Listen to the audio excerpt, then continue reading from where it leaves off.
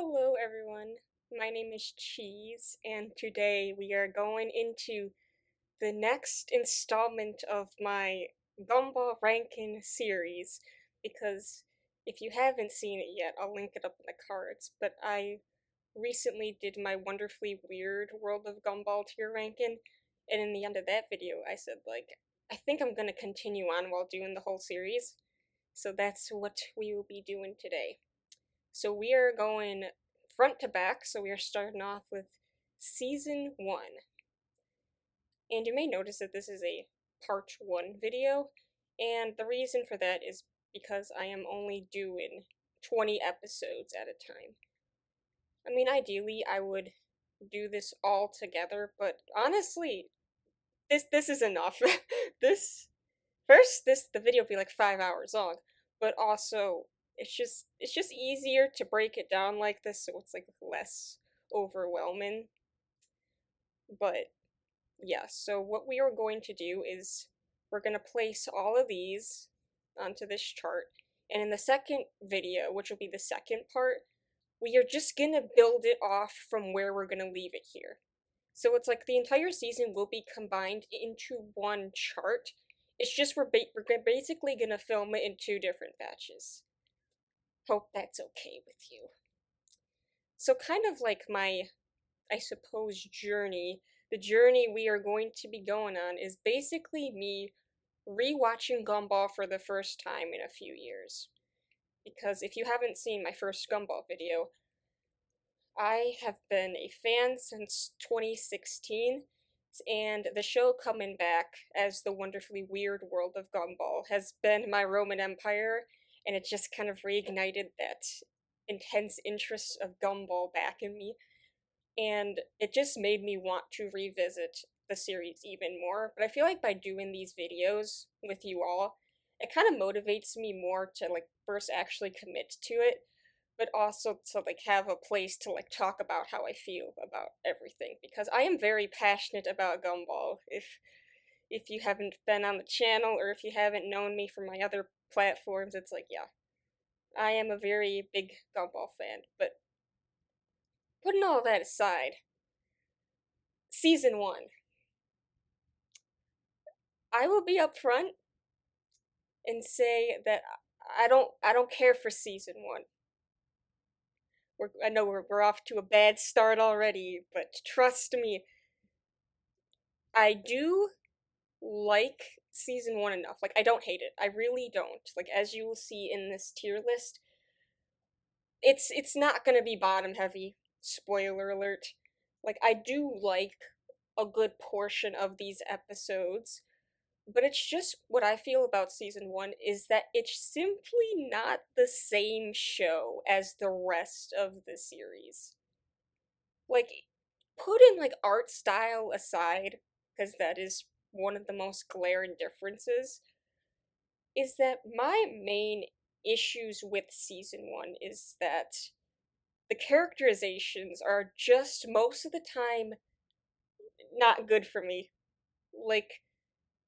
We will get into that as we get into these episodes, but I just don't like a lot of the character choices and stuff that they do here.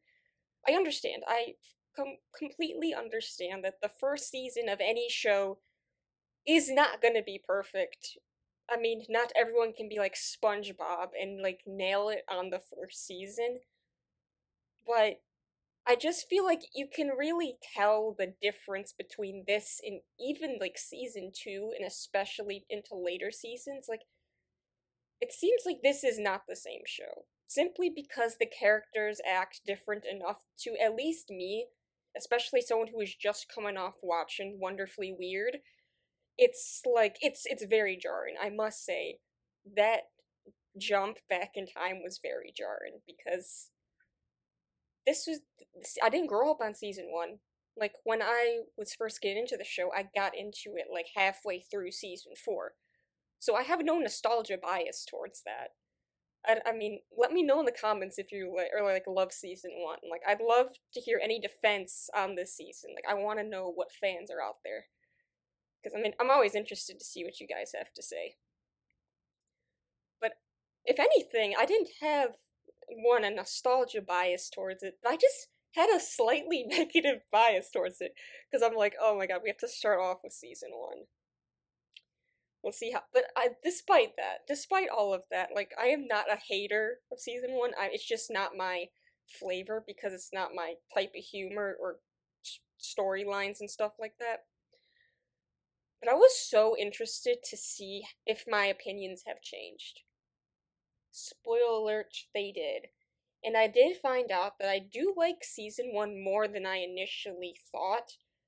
Do we still have problems? Oh, we will get into those problems because we have a lot to talk about today. So if you couldn't already tell, you gotta strap in because this is gonna be at least 2 hours. My other video was almost 2 hours, was a little over 2 hours actually. So we throw this on in the background while you're doing something else, please, because this image is all you're gonna get.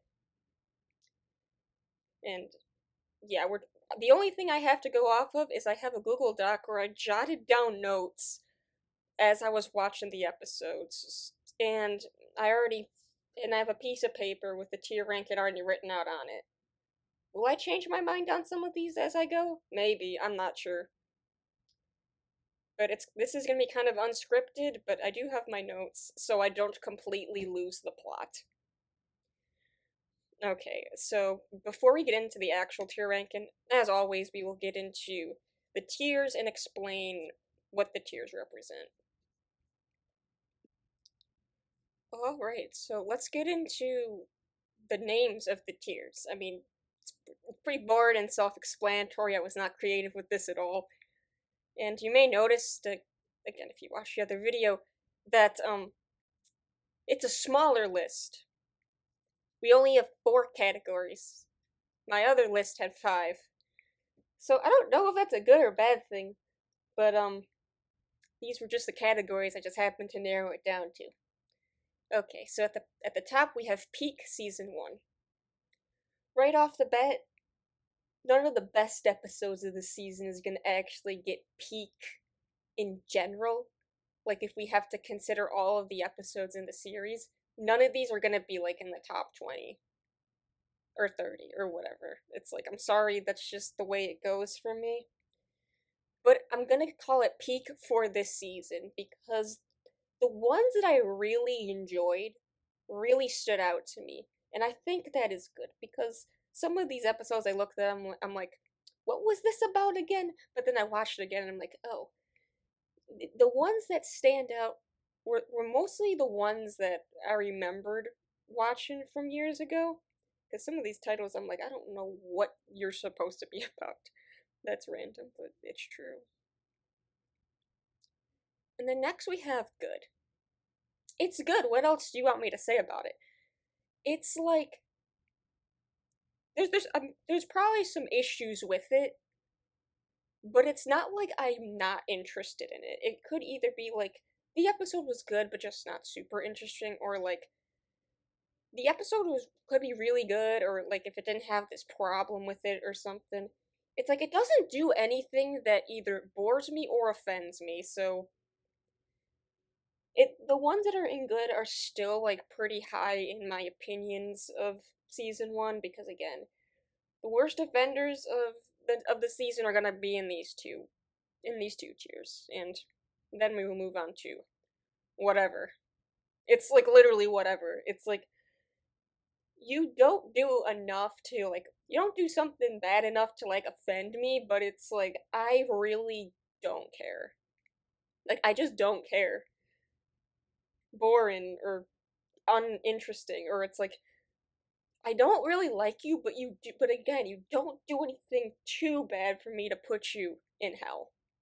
Now, I said in my first video that it wasn't until I watched Wonderfully Weird to have episodes that I really didn't like. Well, consider myself wrong there because we do have some. I guess I just didn't think about it enough to realize, wait a minute, I really don't like these episodes. Is it the same level of vitriol that I expressed from the ones I didn't like from Wonderfully Weird? Absolutely not. Do we still have major beef with them? Yes. And just to put it out there, this is all in good fun. When I express like anger towards something, I'm not losing sleep over it. So I'm just having fun. We're not taking this too seriously. This is just what I like to do. This is what I enjoy doing, is to microanalyze Gumball. It's one of my favorite hobbies, and I am simply talking about it. So I find this to be very fun, even when things piss me off. Alright, I hope you understand. Because again, this is all my opinion. This is not the objective ranking of the quality of the episodes. I'm just running my mouth. Please let me know what if you have a different opinion about anything, because I would like to know. But anyway, I have went on way too long, so let's get into the ranking. Alright, so the way I have these lined up is basically episode 1, 2, 3, 4, and so on. According to the Gumball Wiki, because on Hulu, Disney Plus, whatever the fuck it is now, I don't even know, they have this mixed up. Like, they have it out of order on streaming, and it kind of confused me, so I'm gonna do it by the way that the wiki says it is. Because I think what the wiki has on there is the correct order of episodes, not whatever Hulu Disney Plus has. Just for the sake of organization, alright? So we get to our first, I don't know if it's the tech, can we call it the pilot? I know it's not like the pilot, like the old test pilot from years before this came out, but can we call the DVD the pilot? I think it is the first episode. And man, honestly, I liked this so much more than I ever thought I did. Like, I don't know. I just really enjoyed it. But I think the reason why I really enjoyed it is because Darwin wasn't dumb in this episode. Because let me get off to my first rant point on characterization choices that I hate, is that I noticed in episodes that are not this one, they make Darwin so incredibly fucking dumb. Dumber than Richard. I will get into examples later, but it's like, what did they do to my boy? Like, he is like modern Patrick Stardom type shit, and I'm like, what did you do to him? So when I saw him, because this wasn't the first episode I watched on my season 1 run, I watched it in the way of how I set up on streaming, so this was not my first introduction back into season 1, and I'm kind of sad it wasn't, because this was a very good episode. But what I find at least fun and most novelty about this is the concept of video rentals. Now, Gumball has always been, and still kind of does, be known for like having like outdated technology in their world. That is known. It's like even in season 7, we see Nicole use like one of those really big blocky PCs. It's like, I understand that, but this episode specifically feels even more dated, and I say this with love in my heart. Dated technology. Specifically the fact that they have like a Blockbuster type store, because in later seasons it's kind of rebranded into a video game store. At least to my memory, that's what they did. But Laser Video was the first. And I just think that is so charming. Because again, it's such a it's just fun. I don't know. But also like slightly the answering machine, like when Larry was leaving like late notice messages to them and they were using the answering machine. I was like, damn, okay. I kind of love that. Because in modern Gumball, they would have not done any of this, because this is so of the time. Not even of the time, because I think in 2011, I don't think either of those technologies were that popular anymore, but still. But you know how the episode goes. It's like they already have their late fee on their Alligators on a Train DVD, and then they both end up ruining the disc, and then they have to like attempt to get it back or make amends to it so Nicole doesn't beat them up over the late fees. I just really liked like the story and the characterization specifically. Like I said, like Darwin was the one that kept saying, "Do you think we should face the consequences of our actions and tell mom?" And Gumball's like, "No, we have to try something else." It's like I just really enjoy that dynamic where it's not like they're thinking the same way. Because they make Darwin the more responsible one, saying it's like just admit to your actions. But Gumball cannot take accountability if his life depended on it, so but that I just think that was great. Because again, Gumball would totally do that. Like it felt modern in their dynamic. It's like Gumball is kind of a smartass but kind of dumb. Not dumb, but he's just oblivious, I believe. And he will not never admit when he's wrong. And Darwin is the smart one, like actually thinking about things. But what I found interesting that I only see in this episode that I didn't really catch from other episodes is how they actually made Nicole kind of a threat. Because my other complaint about season 1 characterization is that it feels like Nicole just doesn't do anything. Like, it feels like she's too soft on her family. This sounds messed up, but she's too soft on her family compared to what she would do later. It's like, did she crash out at all, besides in this episode where she was chasing them through the neighborhood? No. She punched the hole in the door, but those two moments are the only moments I can cite by these 20 episodes that I've watched so far that she was actually having a crash out. Because even when she confronted the criminal in the spoon, she didn't crash out that hard. I don't know. I feel like that is such a stark comparison to Modern Nicole because of, like, Modern Nicole would chase them through the neighborhood over the DVD, but I think she'd make more of a scene out of it. And in the end, she's like, "Yeah, you made me chase you all over town for $25. It's like, she didn't even know what it was, what they were going on about, but she still chased them. I thought that was an interesting way to do it, but, you know. And it's just like, it's just kind of nice. Like, it's a nice little episode with a it's just a nice little story. Like, throughout this season, I will say this a lot, that the kids just very much act like kids. At least much compared to the later seasons, because I feel like in later seasons, both Gumball especially is a lot more mature than he is in season 1. Like he's smarter, he's more like socially aware and stuff like that. But you can tell how much of a kid that season 1 Gumball is. Even Darwin, but I think Gumball to the greater extent. Because my kind of, I guess it's a headcanon maybe, is that while the characters don't physically age, they mentally and emotionally age because there is such jumps in their character from season to season. At least that's how I read it. I don't care if you think I'm looking too much into this. That's my headcanon, so leave me alone.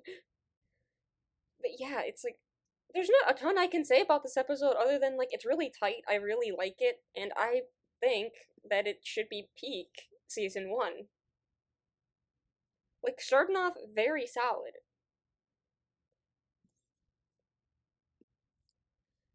Okay, so taking a bit of a detour with this next one. Okay. The Responsible. Listen. Okay. I never liked this one. Even when I was younger, I didn't like this one. So I had negative expectation going into it. But it is a little bit better than I remembered it. But I must say, the Anais is the best part of this. Anais, in this season, is like my favorite character.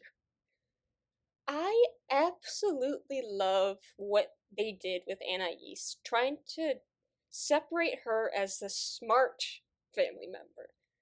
Not by making her like a smartass or like quite so mature as she is portrayed in later seasons, but what I caught on was that she is portrayed as the most intelligent one simply because she has the most common sense. Like, whenever she's part of an episode and trying to help someone solve a problem, she's usually the one that's providing the advice that would actually get them somewhere good. And in this episode is basically proof that while she's small, she is very much capable of many responsibilities, unlike these two idiots that are the reason why that this episode has the issues that I have with it. Besides that, I like that this episode where everyone feels like such kids, maybe it's because it's in the setting of babysitting, that it makes them feel more like their age. Like, yeah, that's about what would happen if those two acted like they were 12 and 10 years old babysitting a 4-year-old. It's like, okay, that is believable. If we're going in the mindset of these are very much kids, not like how we're used to seeing them, it's like this episode is believable. I will give them that.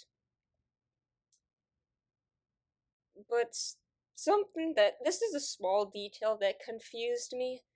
The whole bit of they didn't know what responsible meant.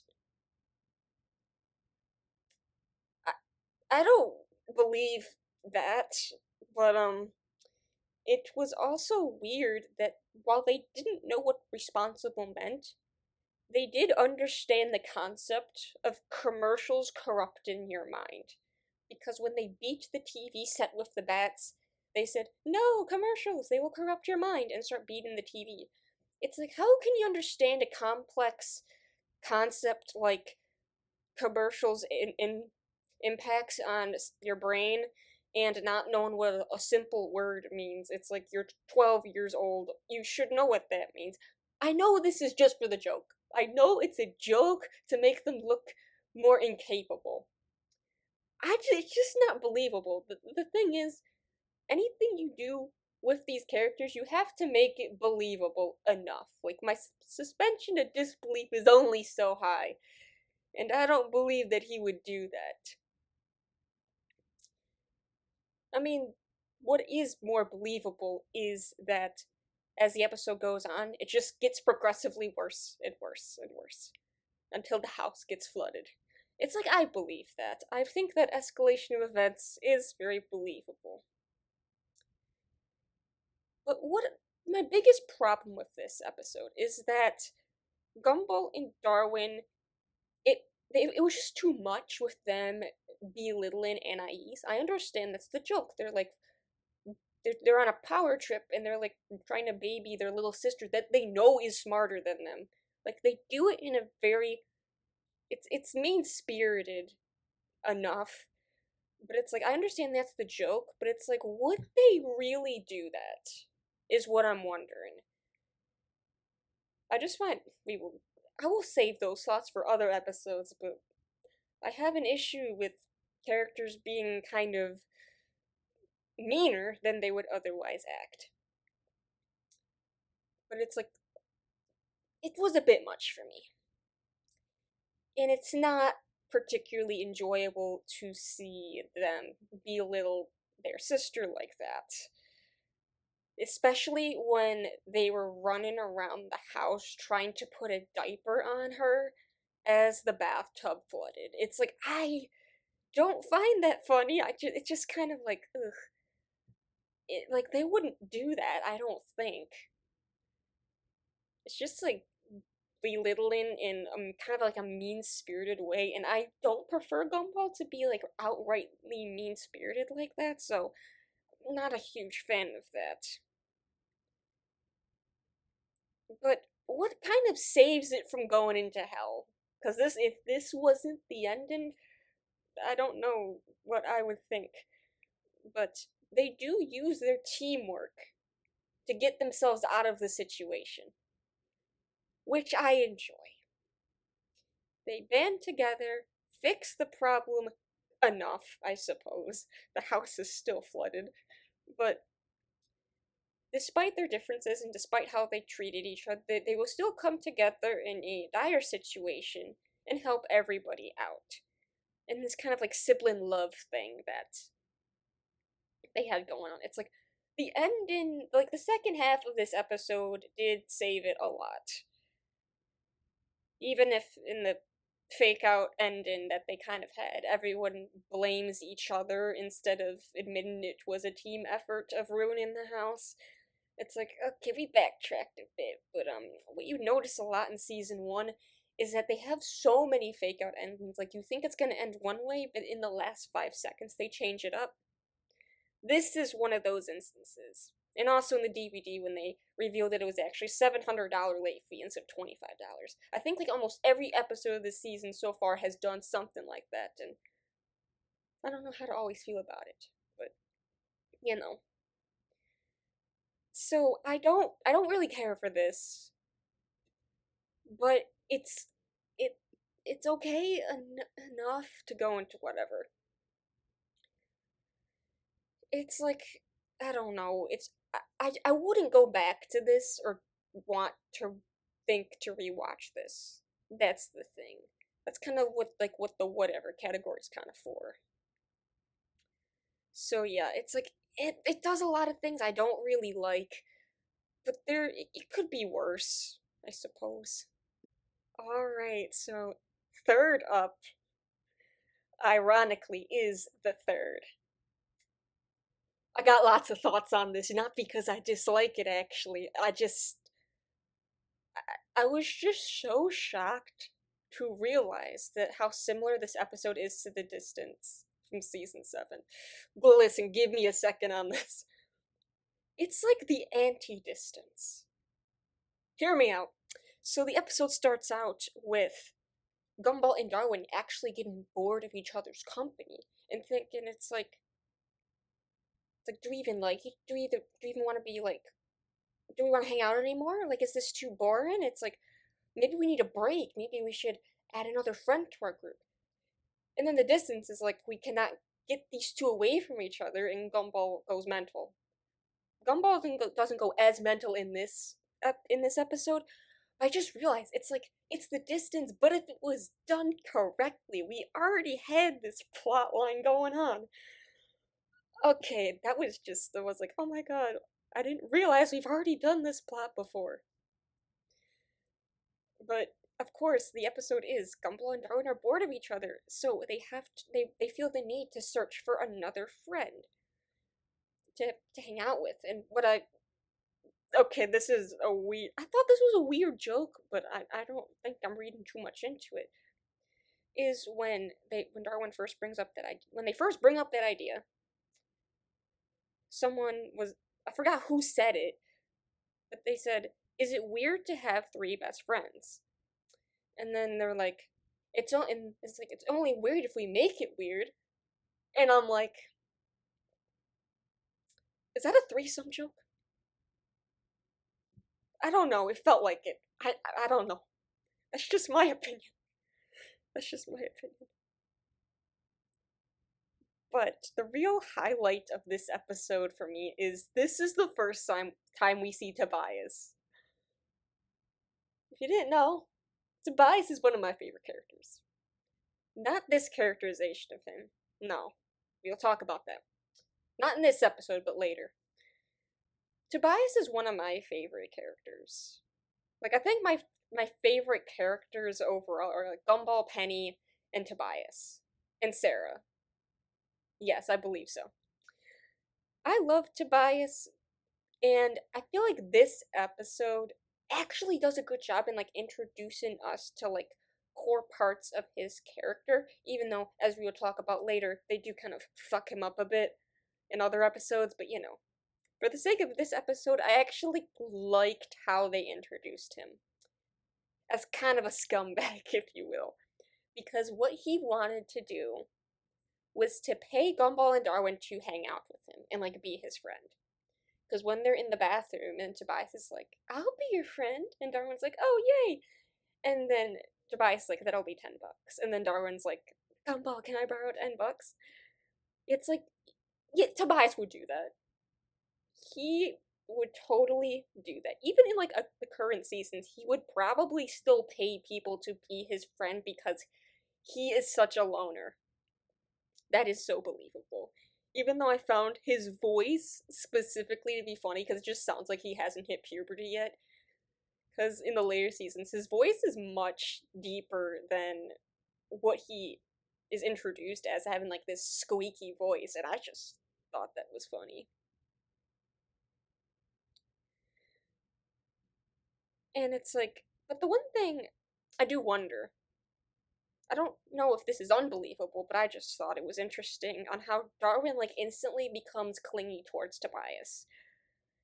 Like like like the problem in this episode is that when Darwin starts hanging out with Tobias, like Gumball feels left out because they're not including him in their friendship because I guess he didn't have enough money to pay for it or something, or they try to hang out, but Darwin just doesn't want to. And I'm wondering what was Darwin's motivation to do that? Could it be because he was actually that bored of Gumball that he needed to be alone from him for an extended period of time to make him realize how much he missed him? Because that is the ending of the episode, is when Darwin realizes that. Is that the motivation for him to do that? I don't know if he would go that cold turkey on Gumball. That's just what I'm wondering. But then I found it amusing when Gumball roped Alan into this whole mess. And this is another, I can bet money on this not being actually intentional. But the way that Gumball keeps calling Alan the wrong name, what do you think that reminds me of? Rob. What he will do to Rob in the later seasons is do the exact fucking thing as he did to Alan. I highly doubt they planned that far in advance for it. It is very unlikely. But I just thought that comparison as like an Easter egg, and I kind of like that. Because Alan didn't know what the hell was going on the entire time. It's like, I don't know, man. That was just funny. Even though I do wonder where Gumball got all that money from. It's like he just pulls $10 out of his pocket. It's like, you're 12. What are you doing with that much cash on you, bro? But the one thing, small detail of what I don't really understand is why Tobias had the balloon animal of Darwin sitting next to him playing the video games. Like, why did he do that if he didn't expect Gumball to come into his house to look for him? Nobody was watching him. There was nobody else but Darwin with him. So why did he feel the need to make a prop of Darwin? To make it look like he was with somebody while Darwin was away. Like who's seeing that? I just don't understand that bit. I understand the bit was to make it first look like Gumball saw Darwin there. Like, I know it's for the bit, but it's like, how did we get here? I remember this was an episode that I think I liked when I was younger. So we're gonna put it in good simply because it is pretty solid. I do have some problems with it, but it just doesn't really have the oomph to get it to peak season 1. I don't know. But I do find this enjoyable and I would think about watching it again, definitely. Alright. Next, we have The Debt. Oh man, this was awesome. Oh my god. So The Debt is one of those episodes that when I think of season 1, I think of this. Like this actually stands out to me as being like, oh yeah, when I think of season 1, I think of this episode. Because this kind of has like the good parts of season 1. Let me explain. First of all, this is the first time we see Mr. Robinson. Whenever I think of Mr. Robinson, I think of this episode. It's like, this is the episode I think of when I think of Mr. Robinson. Because I think this is the best Mr. Robinson episode that they have. I just really like what they did in this episode with him and Gumball, because this is the first time we're seeing their dynamic. Because the whole point of this episode is Gumball felt like Mr. Robinson saved his life, so he wants to pay him back in return. But he ends up screwing him over in multiple ways for the comedic effect. And this dynamic of Mr. Robinson just being kind of like a crotchety old man, like it didn't feel overboard. Like he wasn't even overly hateful towards Gumball or anything. And Gumball wasn't being malicious with it either. Like he actually wanted to help Mr. Robinson, and he was trying to do helpful things for him, but it would just be screwed over. It's like I like how these two interact so much. And I just think that like the physical gags in between, like the whole part of the episode where Gumball keeps trying and failing to protect Mr. Robinson, like the wet floor sign, the swallowing off the heart off of the concrete was good. It's like I really liked the good physical gags they had here.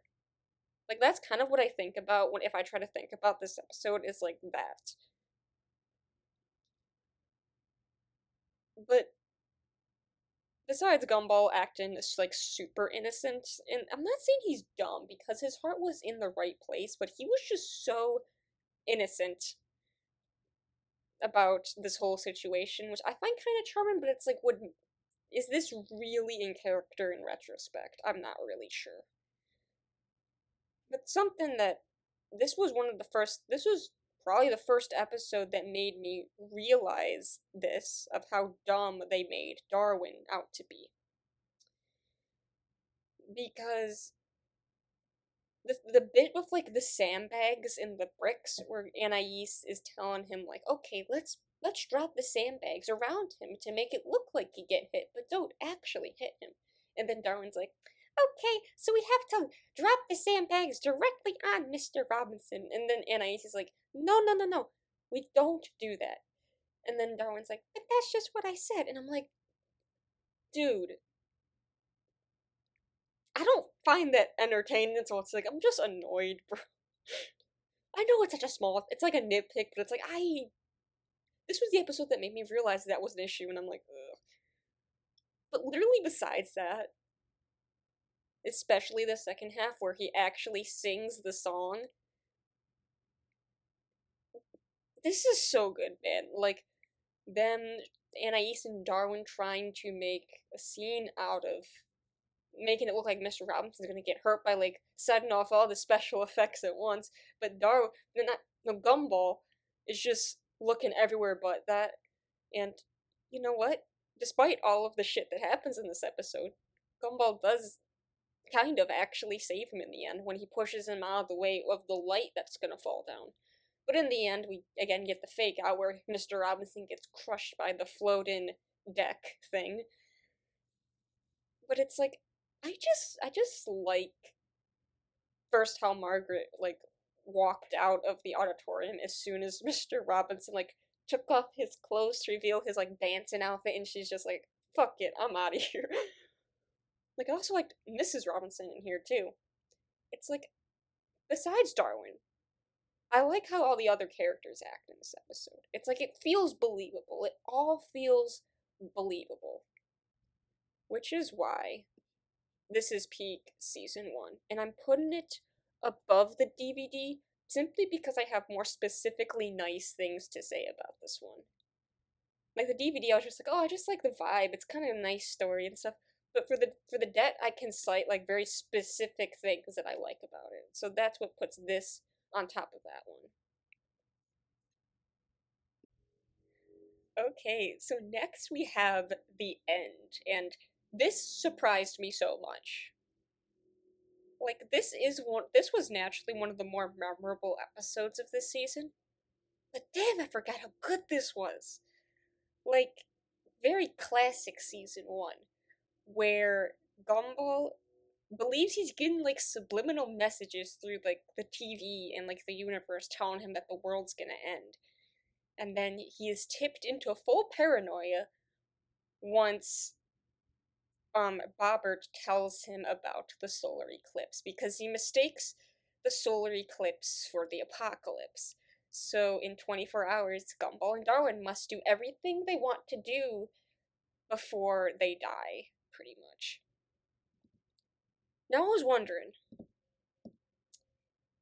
if this episode was meant to be a reference to that old conspiracy theory where people thought that the world was going to end in 2012, because when Robert was mentioning stuff about the solar eclipse, he said something about, according to the Mayan calendar, some people believe that the world will end on a certain day, but that has been proven to be false.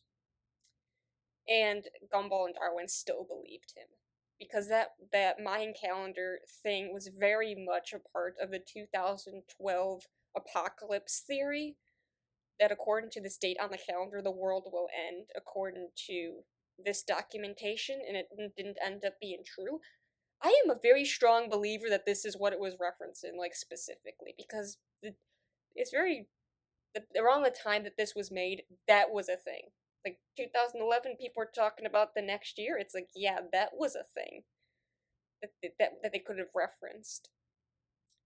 I mean, there's been, like, other, like, obviously other, like, episodes and shows where it's like they do, like, the end of the world thing, but this one feels more specific for reasons I can't explain, other than the timing of the episode and Robert's mention of the Mayan calendar.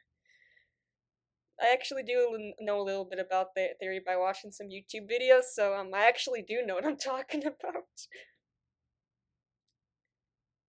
But this didn't really irk me as much as I thought it should.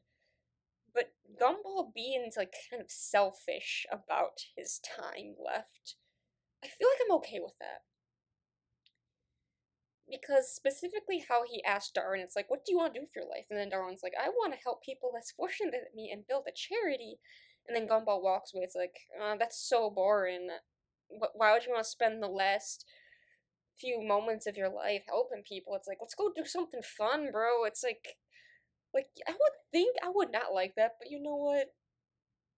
Gumball would do that shit. I'm sorry. Like, Gumball being dumb in this episode isn't really him being dumb. He's just oblivious.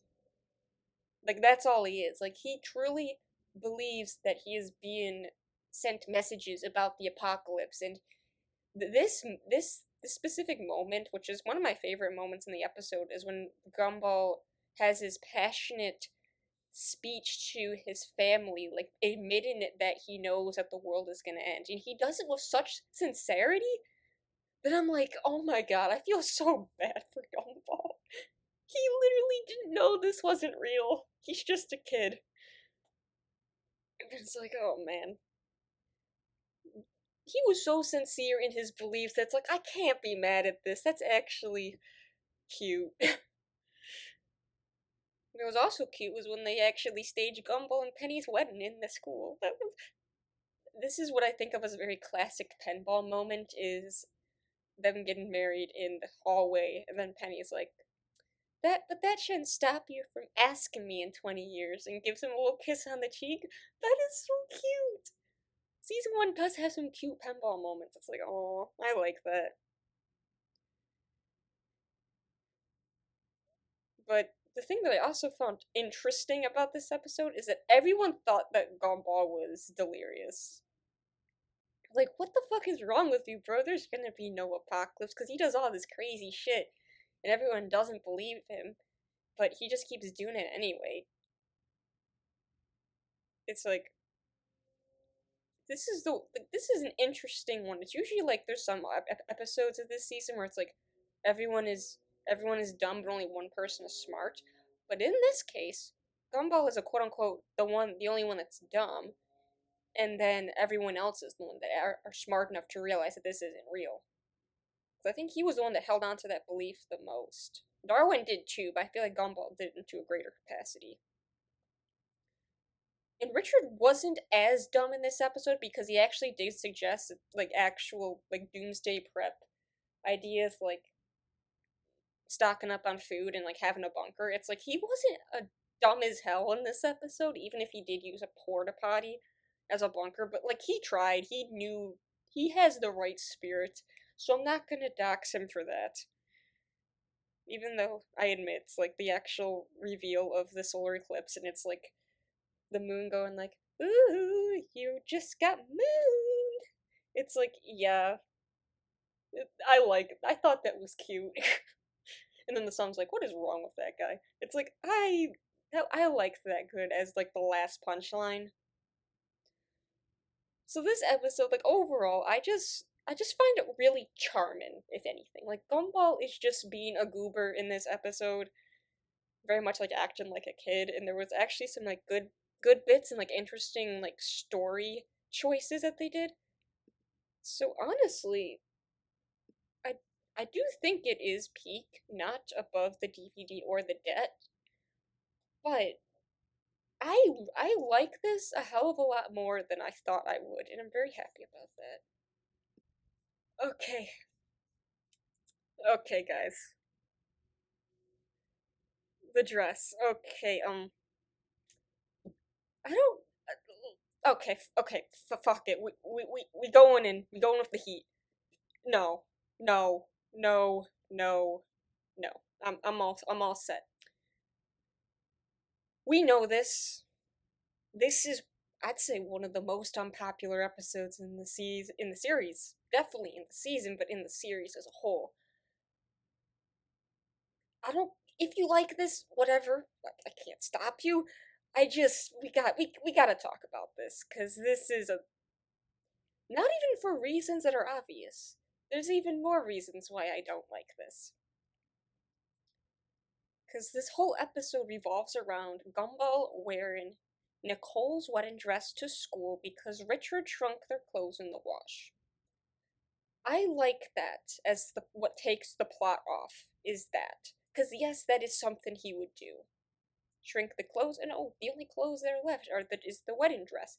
That's fine. I actually like that setup if we were to do this concept. But then after that point, shit goes off the rails like immediately because my biggest issue with this episode is how fucking stupid every single character but Anais and maybe Gumball is. Cause who the fuck would believe that Gumball is a different person simply because he put on a dress? Like, everyone was so genuine about treating Lady Gumball as a queen, and nobody questioned it. Anais stole all of the brain cells in the school. I don't know what else to say, but it's like, this episode pisses me off simply because none of this works. None of this works. Like, none of this makes sense. None of this works. We'll get into the nitty gritty of some of the kind of gross stuff they do here, but how am I supposed to believe that any of this is plausible? I mean, it's one thing for, like, his peers to think that he's a girl. It's not believable, but it's just a smidge more believable than the teachers. The teachers believing that Gumball is somebody else. It's like nobody out of the whole school environment believes that that is Gumball. Anais is the only one. Is the only one that knows. I don't believe that for a second.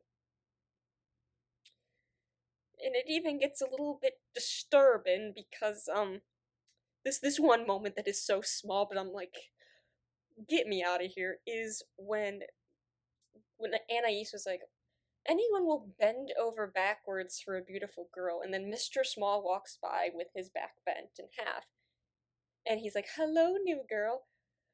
That was creepy as fuck. I am sorry. That is. Mr. Small, what are you doing? I didn't like the vibes of that at all, and need I say more? But I do there are some parts of this episode I do like. Like, I enjoy how Gumball wore the dress to school in order to make Richard feel better about himself, in that he didn't want to be seen as a failure of a father because his son went to school naked, so he puts the dress on so Richard wouldn't get clocked by Nicole later. I like that, actually. Like, that's why I like how this like, the first couple minutes of this episode, I like that. Because that's a very kind thing of Gumball to do. But that's the only thing about this episode revolving the dress in of itself that I like about this. Because this episode just has a weird vibe to it. The thing is, I understand what this is doing. It's a critique on pretty privilege. That was my takeaway of this. Because Anais kept saying, anyone will do anything for a beautiful girl. And you know what? Gumball took that power into his greasy little hands and milked the shit out of it, which he would do. He would totally do that. Gumball was in character enough in this episode that I'm like, he would do that. He would take any privilege he can and take advantage of it to its fullest extent. Hence why he never gave away his identity in this episode. I believe that. But the fact that the dress in of itself is just like this whole vibe. I understand they're kids, and I guess this is how kids think of like boys can't wear girl things. Like I guess that's what they were doing. I just think I'm not gonna get into it because we'd be here for at least another half an hour about what does this episode say about gender performativity. Like don't roast me for this. I just like to think about this. Is that my big question is that he cannot bear to be seen in a dress, something that is not masculine. So much so that he would rather fake his identity to a great extent that nobody ever finds out that that was him. He fakes the death of his own feminine persona just to not give away that he was wearing a dress to school. That's loaded now that I say it out loud. What? And it's over an article of clothing. I don't know why he wore the tiara with it if he really didn't like wearing the dress by itself. Why would he wear the tiara? I'm not really sure on that. But the vibes from this is just like, it's kind of like, I don't know, regressive. I understand it was a different time when this was made, but it's like, I don't like that really. But the other thing that makes this episode simply the most unbelievable one I think in the whole series is why no one would figure it out. The only change that Gumball did was put on a dress and a crown. He spoke in his normal tone of voice. He didn't have anything that would like further hide his identity, like I don't know, like a wig or something, or like makeup or something, or a mask or anything like that. It's like the only thing different about him is he's wearing a different outfit. I could even make it slightly more believable if he pitched up his voice a bit to sound more feminine.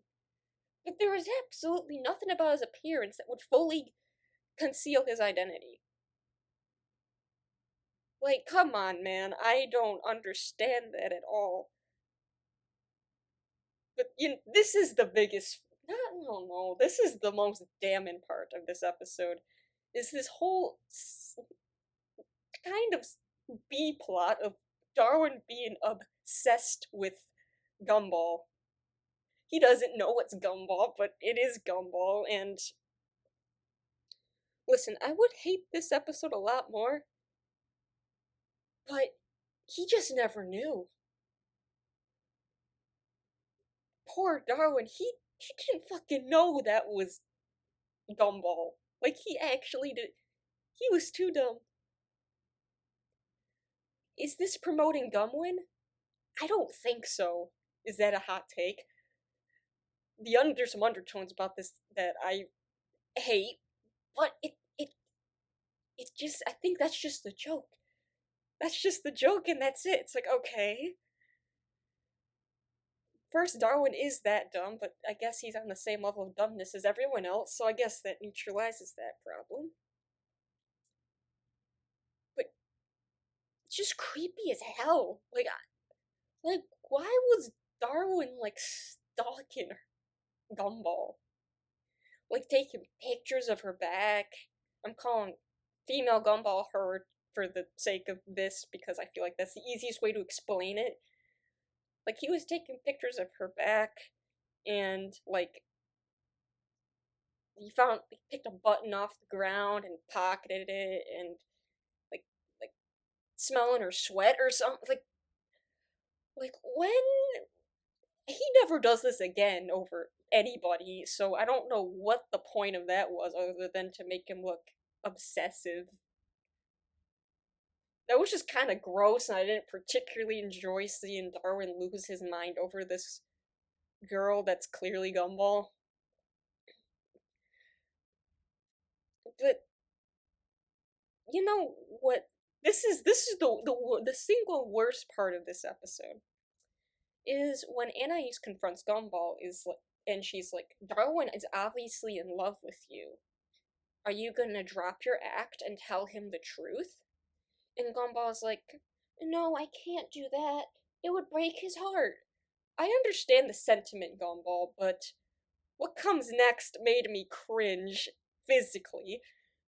And he's like, maybe I can ride it out for a few years, and then maybe someday he'll find another girl. And I'm like, what? And then Anais is like, and if he doesn't? And then flash forward, we all know what this is, but the flash forward of when Gumball has like 10 kids with Darwin, and he's like, I want more kids, and he's crying. It's like, I hate everything about that. I want to know. This character motivations that are unclear to me is the simplest solution in the book is to admit to Darwin that he is not that girl. Like he is that girl that he has been thirsting over. And sure, I understand that Gumball didn't want Darwin to be disappointed. But when you have either you disappoint Darwin a little bit, or end up in an incestuous dating situation for possibly many years, and maybe worse, they cannot have children, but you know what I mean. And I'm like, Gumball, the risk and reward is seriously unbalanced. You need to think about this. That just bothered me because, like, why would Gumball do this? Obviously, he was uncomfortable with Darwin being up all on him and, like, trying to kiss him on the roller coaster. Like, if he was that uncomfortable with it, he should have just cut it out right there. But why would his thing of, like, slightly disappointed Darwin override all of that? I don't fucking understand, and it's kind of breaking my brain a bit. But then, of course, he fakes the death of the girl, of his girl persona. And it ends up with Darwin thinking that she got absorbed into the sun. That was a you know what? She should just break up with him. That's easier than thinking that she fucking died in front of you, okay? Oh my god. And then the fake out scene is when the dress lands back down on the fire hydrant and then Darwin is instantly in love with it and I'm like, get out of here. What are we doing? This is my main question for this episode is what the fuck are we doing? I understand the whole like pretty privilege messaging. I actually don't mind that too much. Sure there's other like issues that we have spoken about this, but the whole thing of like trying to show how like pretty privilege is a thing. It's just everything else about it is just like what the fuck are we doing? I don't know if there's any defenders of this episode. I mean, there's probably some people that think, oh, it's really not that bad. But if anyone is actually like, this is peak, I don't know. Say off if you do. I am genuinely interested. But this is a hell no for me. and I'm not even sorry. Fuck this episode, man. Okay, so to brighten up the mood a bit, the quest. I actually, before I watched this, I was like, what was this episode about again? I didn't remember. But it is the one where they lose the Daisy plushie to Tina and they have to get it back. And I'm like, ah, yes, I do remember that. I didn't know it was called The Quest. But I like this. I really like this. Even though I forgot what it was about, upon rewatch, I really like this. Because, again, I like the characterizations here. Because Gumball is so caring towards Anais. Like, he basically risked his life to get that plushie back. Because he loves his sister. Like, I like that. That is so cute. And the whole, like, running gag of, like, them giving each other puppy eyes was also really cute. But, I do like the setup thing when, like, the kids are, like, throwing the plushie around, and then Gumball's like, well, the first rule you broke was you never bring a toy out on the school bus. And I'm like, I relate to that, my friend. I remember stuff like that actually happening. Never bring a toy out on the bus. You're never gonna get it back. But I like the setup. I don't understand why Tobias was being a dick about it and being the one that dropped the toy out the window. Maybe he would do that, but I'm not quite sure. You could have had like Jamie do it and I would have understood. You kinda know what I mean?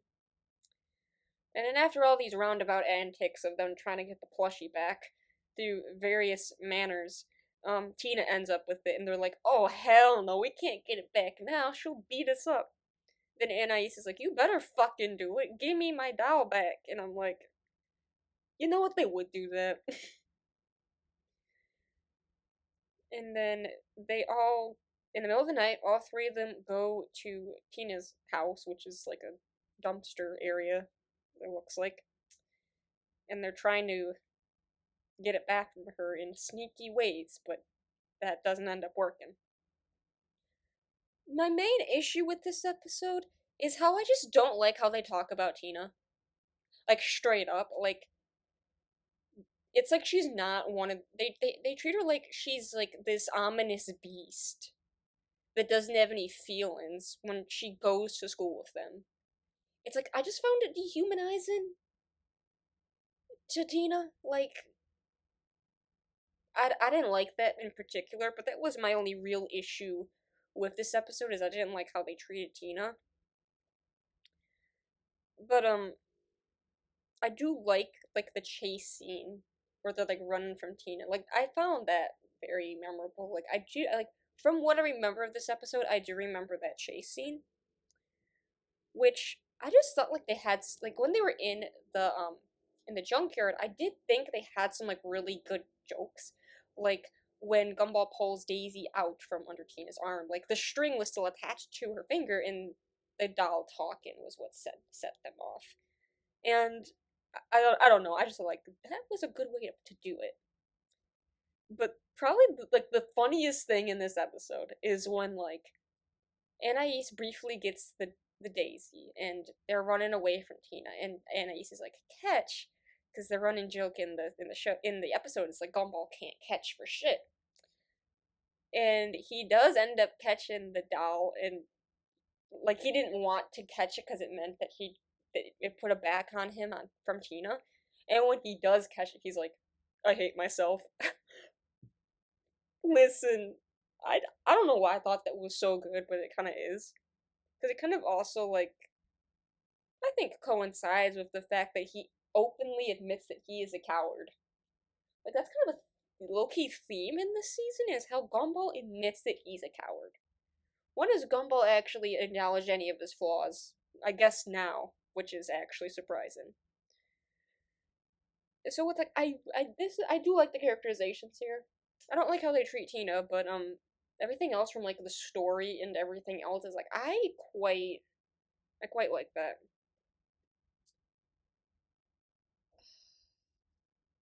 You know, hmm,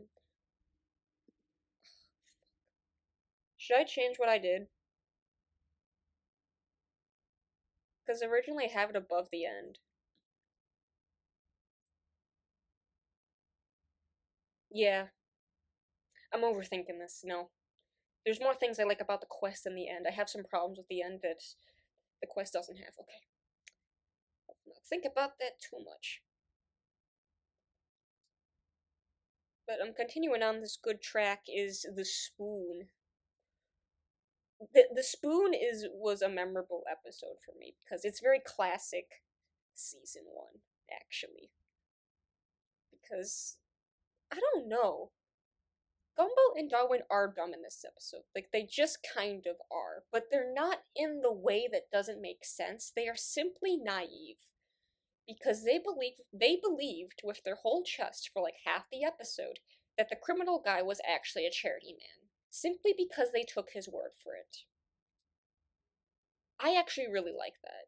Because if you're gonna have them be stupid, quote unquote, it's like make them naive.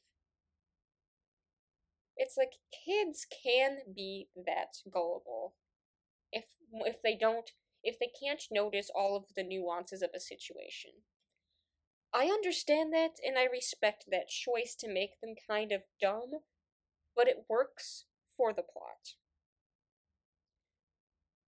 Because they kind of like but then of course that changes up in the second half when the action it this is what I really like is that they come to realize that the criminal is not a good guy, and once they realize who he actually is, they go fight his ass, which I really enjoy. It's not like they're dumb for the sake of being dumb. They were just simply misinformed about this guy.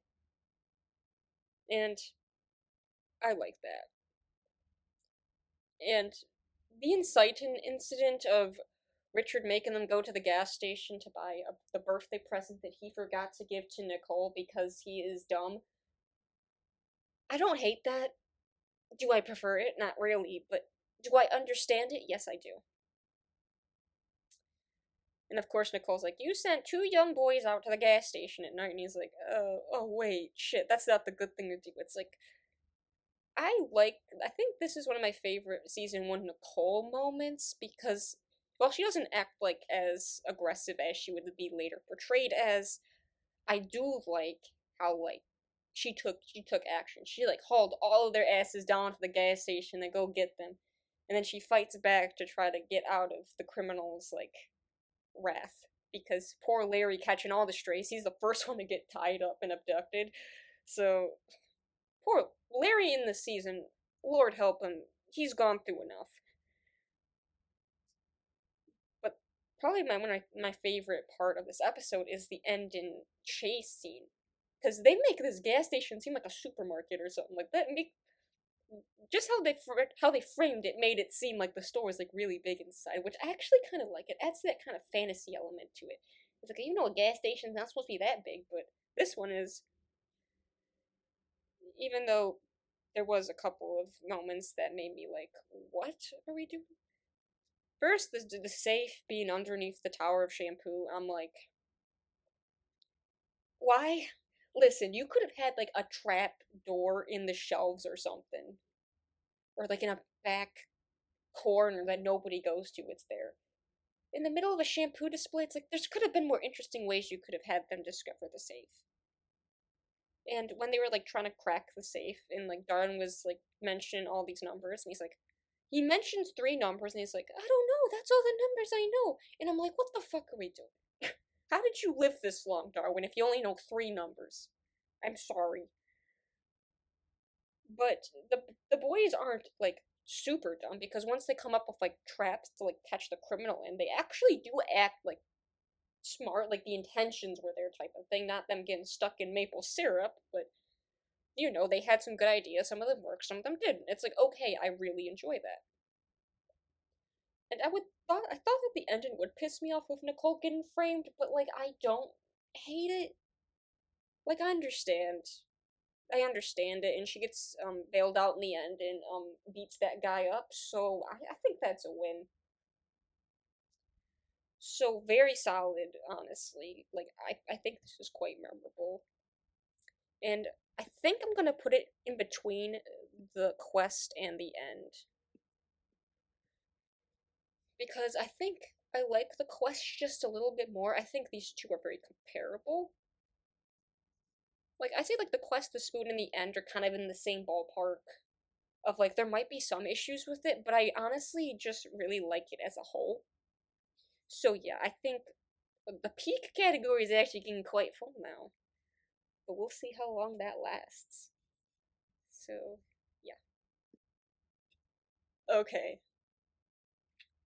the pressure. Okay, y'all need to sit down for this one because we need to get on the soapbox for this one because I have so many thoughts. I have so many thoughts about this. Because this both confuses me, kind of pisses me off, but it's also deeply fascinating. So I don't know. Trying to place this was interesting. So, this episode is basically Masami sexually harassing Darwin. That is the episode. I wish I was kidding, but it's not. We will get into that because there's a lot to unpack here. So, this is the first time we see Molly and her treehouse. Like like Molly's treehouse, as we know, becomes important in later seasons, and this is the first time we see it. Correct me if I'm wrong, but is this Molly's only major appearance pre-Void? Let me know. Am I forgetting something? This feels like her only major appearance up until that point.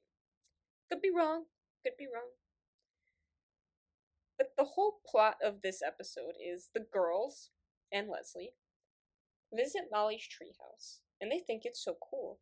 But Masami, this is the first big Masami episode, and she is like, "Y'all are so lame that you don't have boyfriends."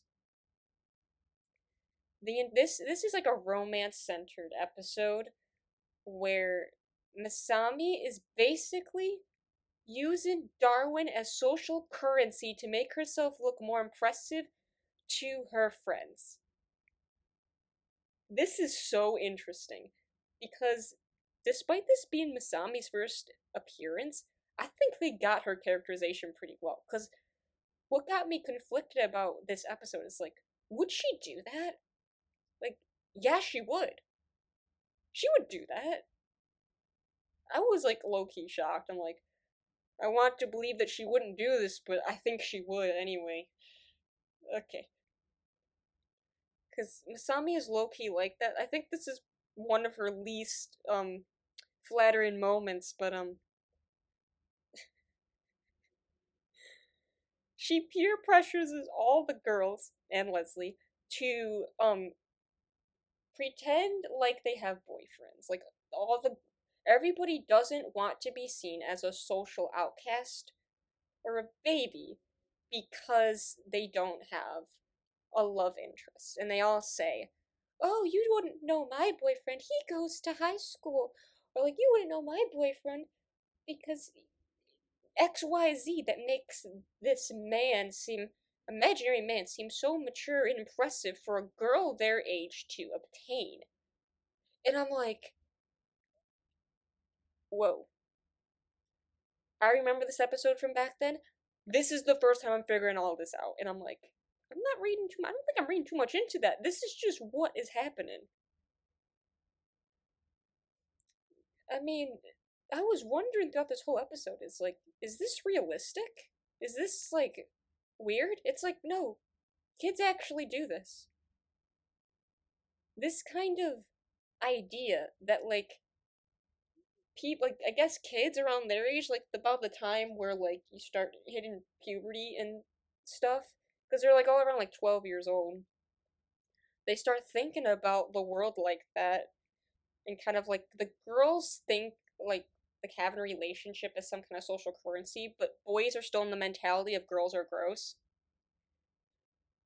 I was 12 years old once, and I can say that's about right. It's like I would hate this if that was not portrayed well, but I'm like, this is low key how it is in the world. Kids think like this. I'm not saying I'm saying specifically that middle school kids think like this. So I'm like, listen, we cannot dox this episode because that's just shit that happens, I suppose. But this whole idea of Masami using Darwin to assert her dominance over the girls because she quote unquote has a boyfriend that loves her, when Darwin is viscerally uncomfortable the entire time because the other like B plot, I suppose, is the whole give me a sec. The pals before gals thing. Okay, we need to talk about that because this pisses me the fuck off. Okay.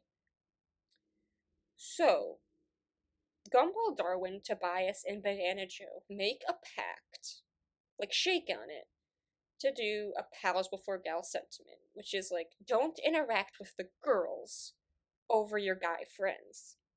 They don't say it in like not necessarily in a romantic framework like the girls think of it, but I think it's a general like sexist type of thing. Girls are icky.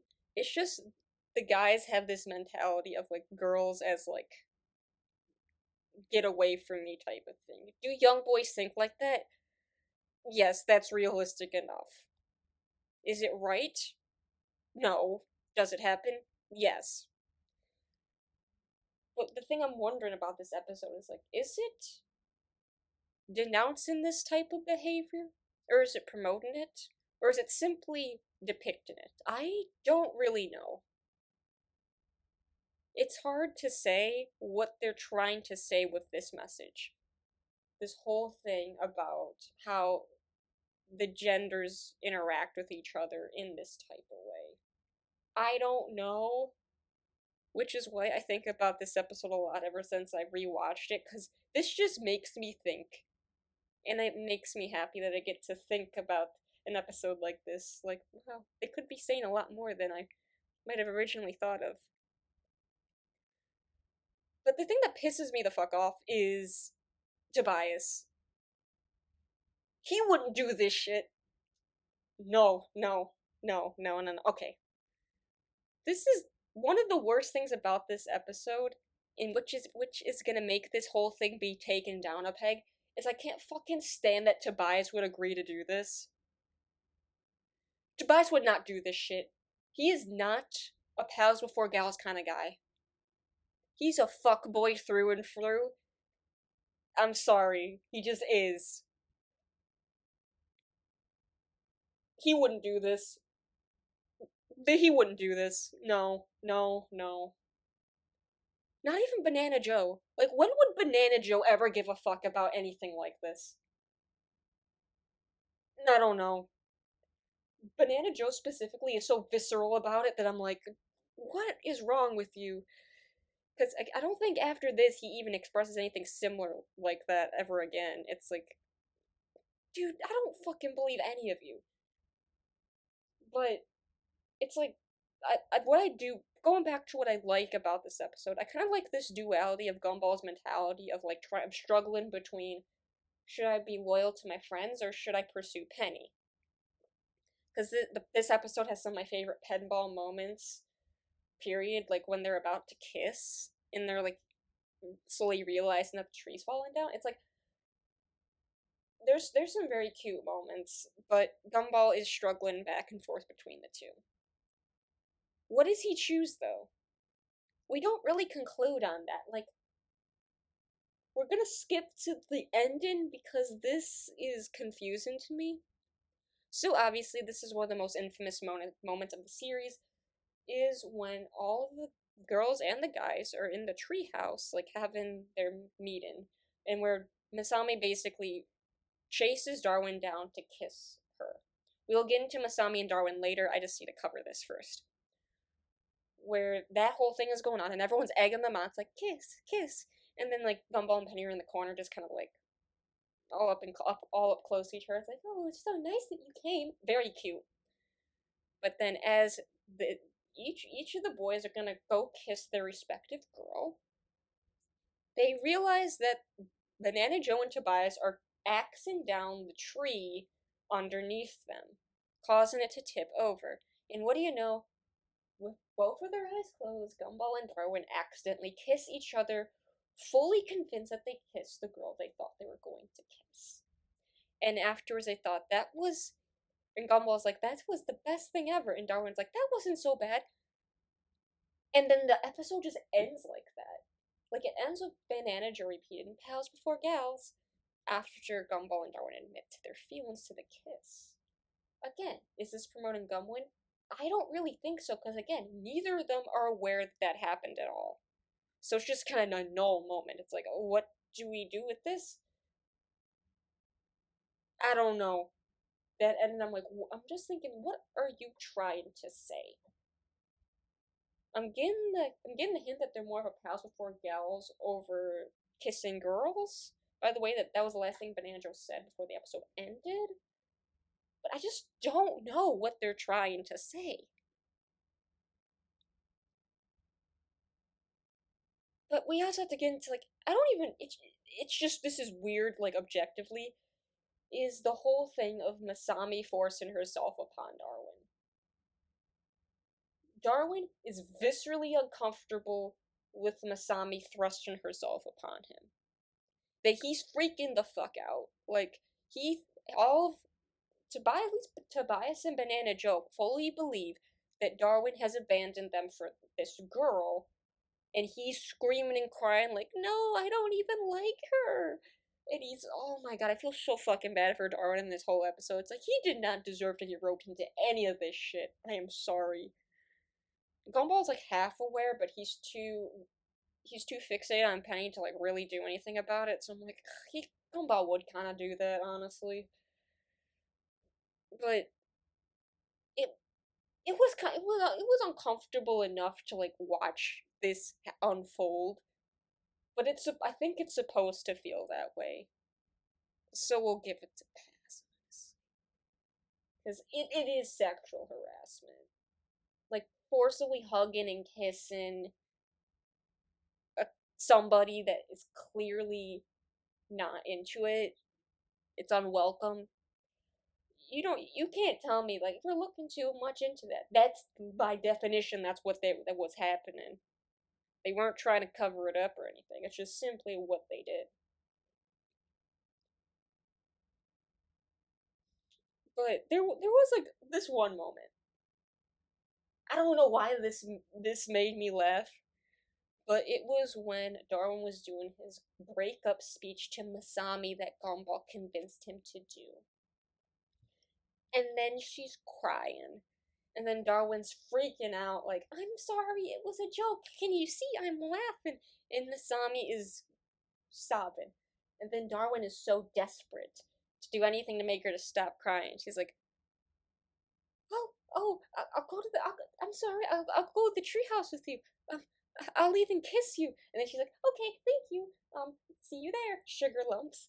And then he's just fucking, he's on his knees. He's like, he has the most defeated, shocked face. And then Gumball's like, ha ha ha, I am so sorry.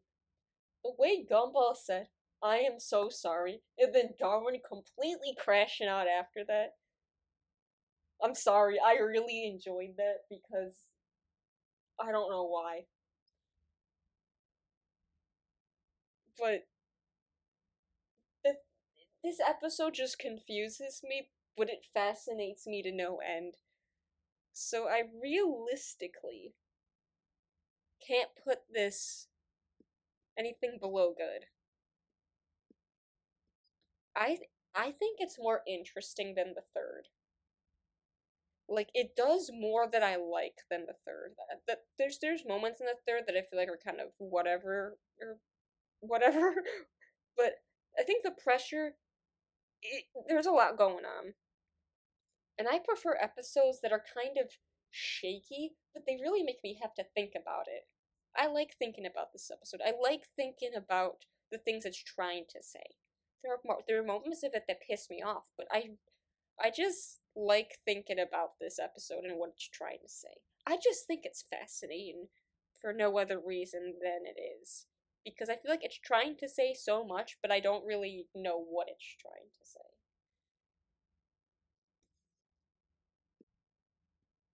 Alright, we're gonna take it down a notch a bit with the painting. Ugh, I don't remember particularly enjoying this one, but there are parts of it that I like more than I thought I did, but we have some issues with this. I don't know. It doesn't piss me off, but I don't care for it, is probably the better word. Because this whole episode revolves around Principal Brown calling the family into his office because of a drawing that Anais did about their family that made him think that maybe she was being mistreated at home. And he suggests that everyone go through self improvement activities to make Anais's life better. And of course, as we come to realize that the drawing was not in a mean spirited way, it was just how she viewed her family, and she was perfectly fine with that. But what bothered me about this is how, like, obviously you have to make Anais not be heard out until the end where it is revealed. I understand that's the plot they were going for, but it's just, I just can't help but feel like it's kind of frustrating. It's like, listen to Anais, please. He always has something good to say. And, like, I understand why Principal Brown was the one to do it, but I feel like it should have been, like, Miss Simeon or someone else, because I can't quite believe that Principal Brown would actually be that kind of nasty towards them. Like like like him suggesting the correctional program feels like something Miss Simeon would do and not Mr. Brown.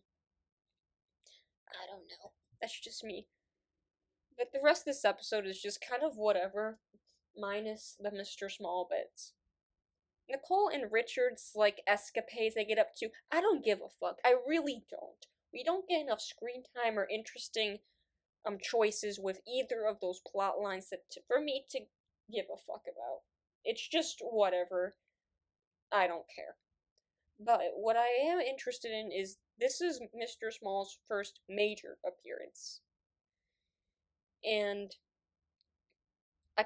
this is like the highlight of the episode, but even then it's like this is the best part of it. Whatever.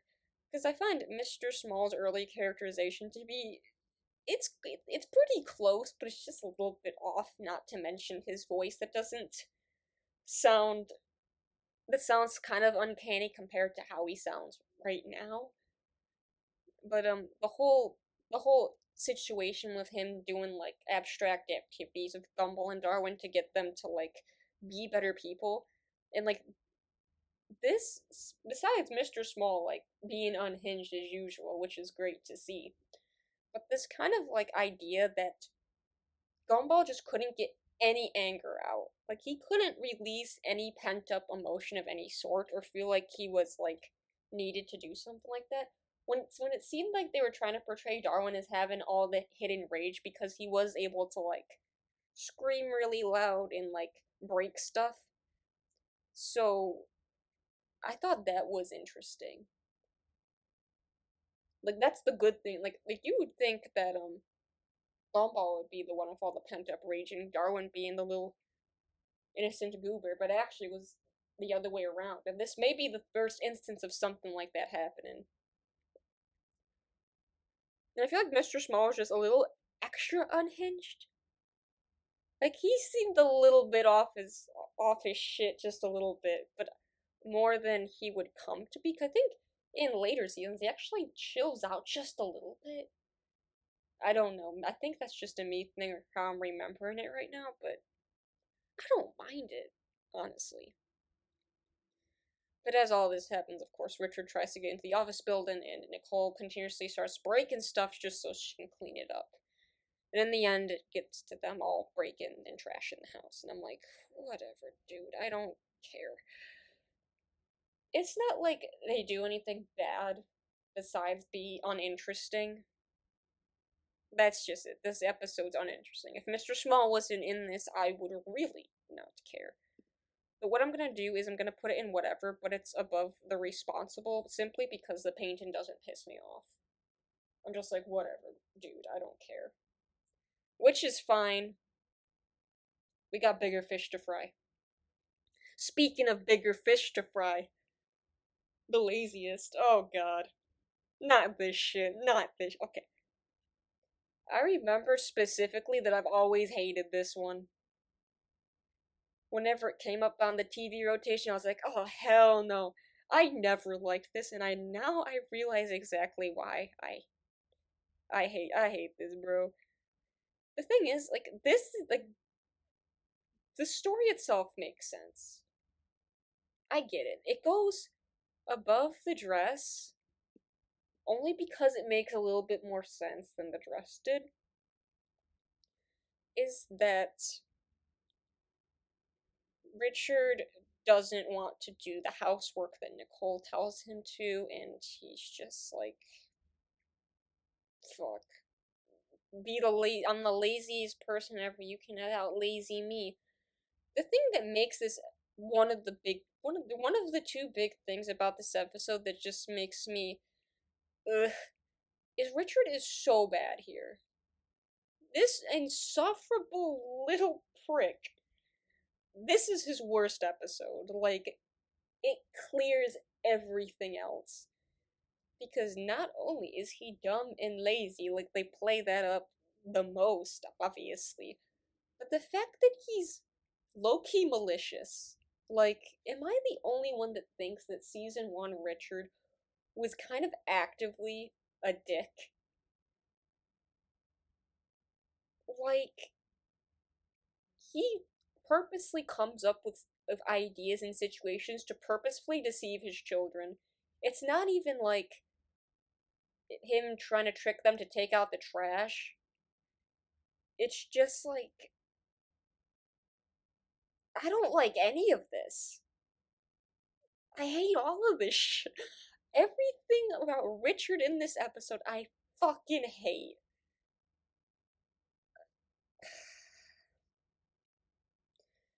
It's such a stark contrast to like season 7 Richard, who is like well meaning, he's sweet, he has a big heart, but the intentions are there, but the execution is usually not. This Richard from The Laziest is just fucking horrible.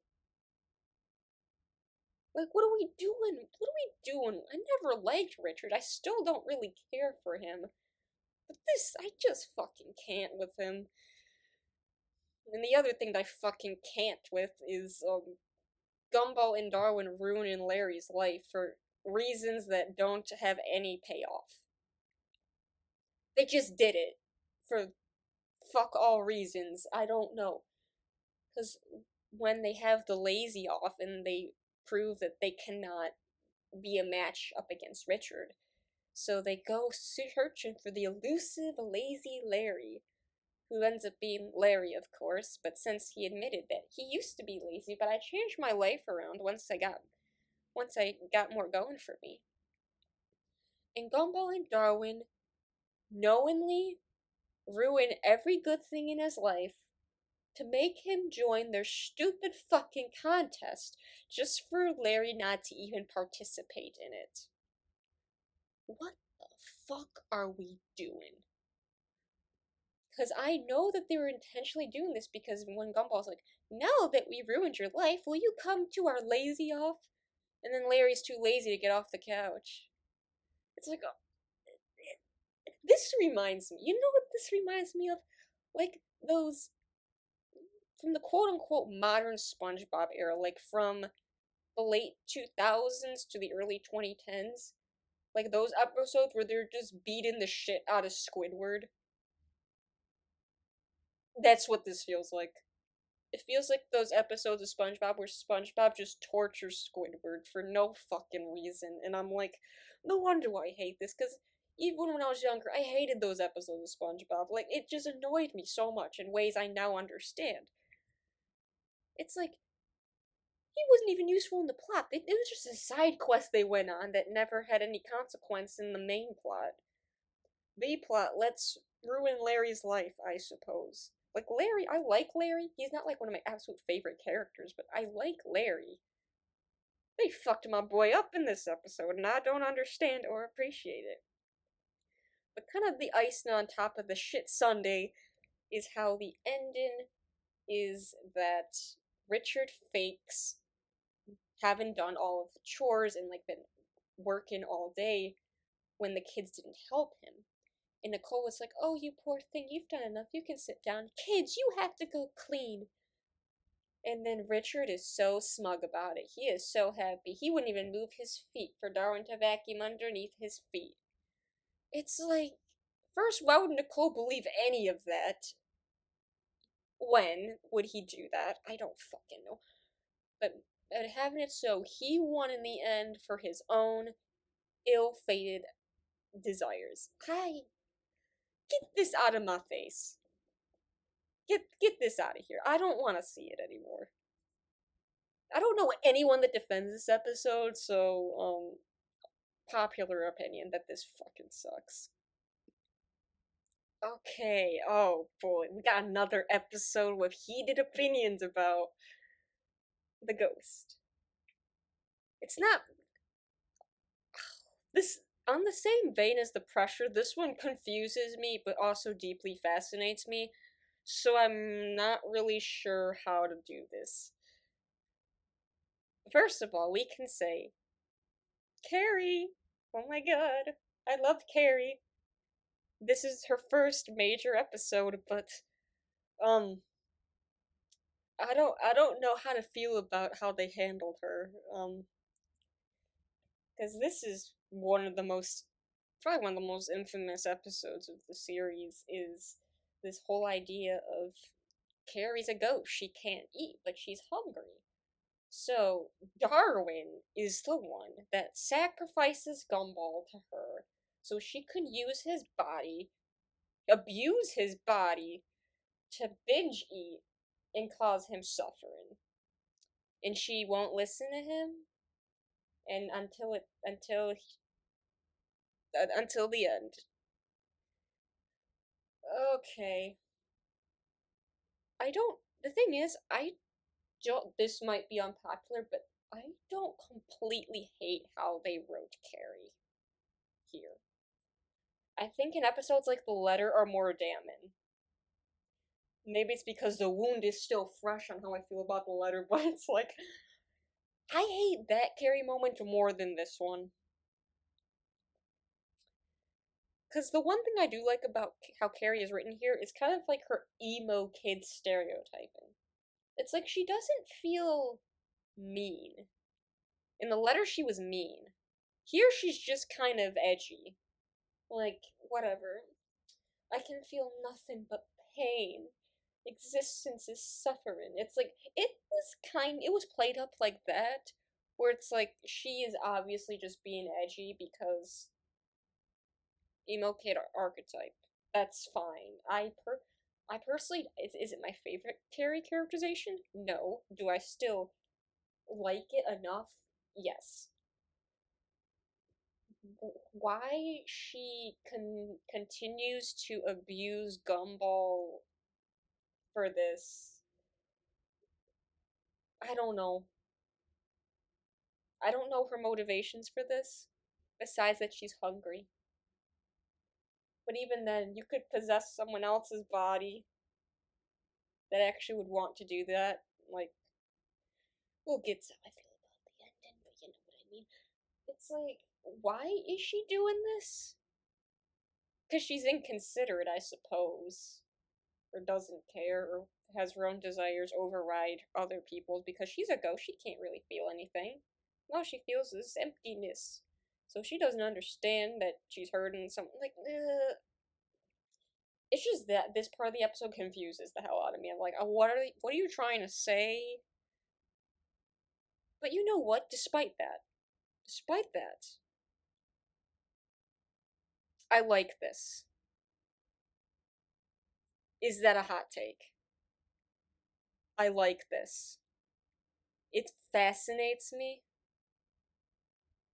because it's so weird. This is objectively a weird episode. Like, it is unsettling. When you think about it too long, yes, it is. But this whole idea of Gumball being abused by Carrie to do basically unconsensual activities. Because again, Darwin is the one that set him up in this situation. He was like, Gumball is always ready to help a friend in need. Like, he did it with pure intentions. He just not, the execution was negative. And then Gumball never wanted to do any of this, and he keeps asking for different advice, like, please help me, she's hurting me, because the whole thing, like, the obvious thing that is hurting Gumball is every time that she binge eats, she makes him black out, and then when he wakes up, he gained a bunch of weight. Like, obviously, that's for, like, like, visual comedic effect. I just personally didn't like, the weird slush and sound effects they had on him. I don't like that. That's kind of gross for no reason. I didn't like that, but we have a visible thing that is why Gumball doesn't want her to do this. It's not, I mean, he does feel uncomfortable, but I think this is specifically why he wants her to stop, is because she's physically hurting his body, which I find interesting. It's not just like mental pain, it's physical pain too. And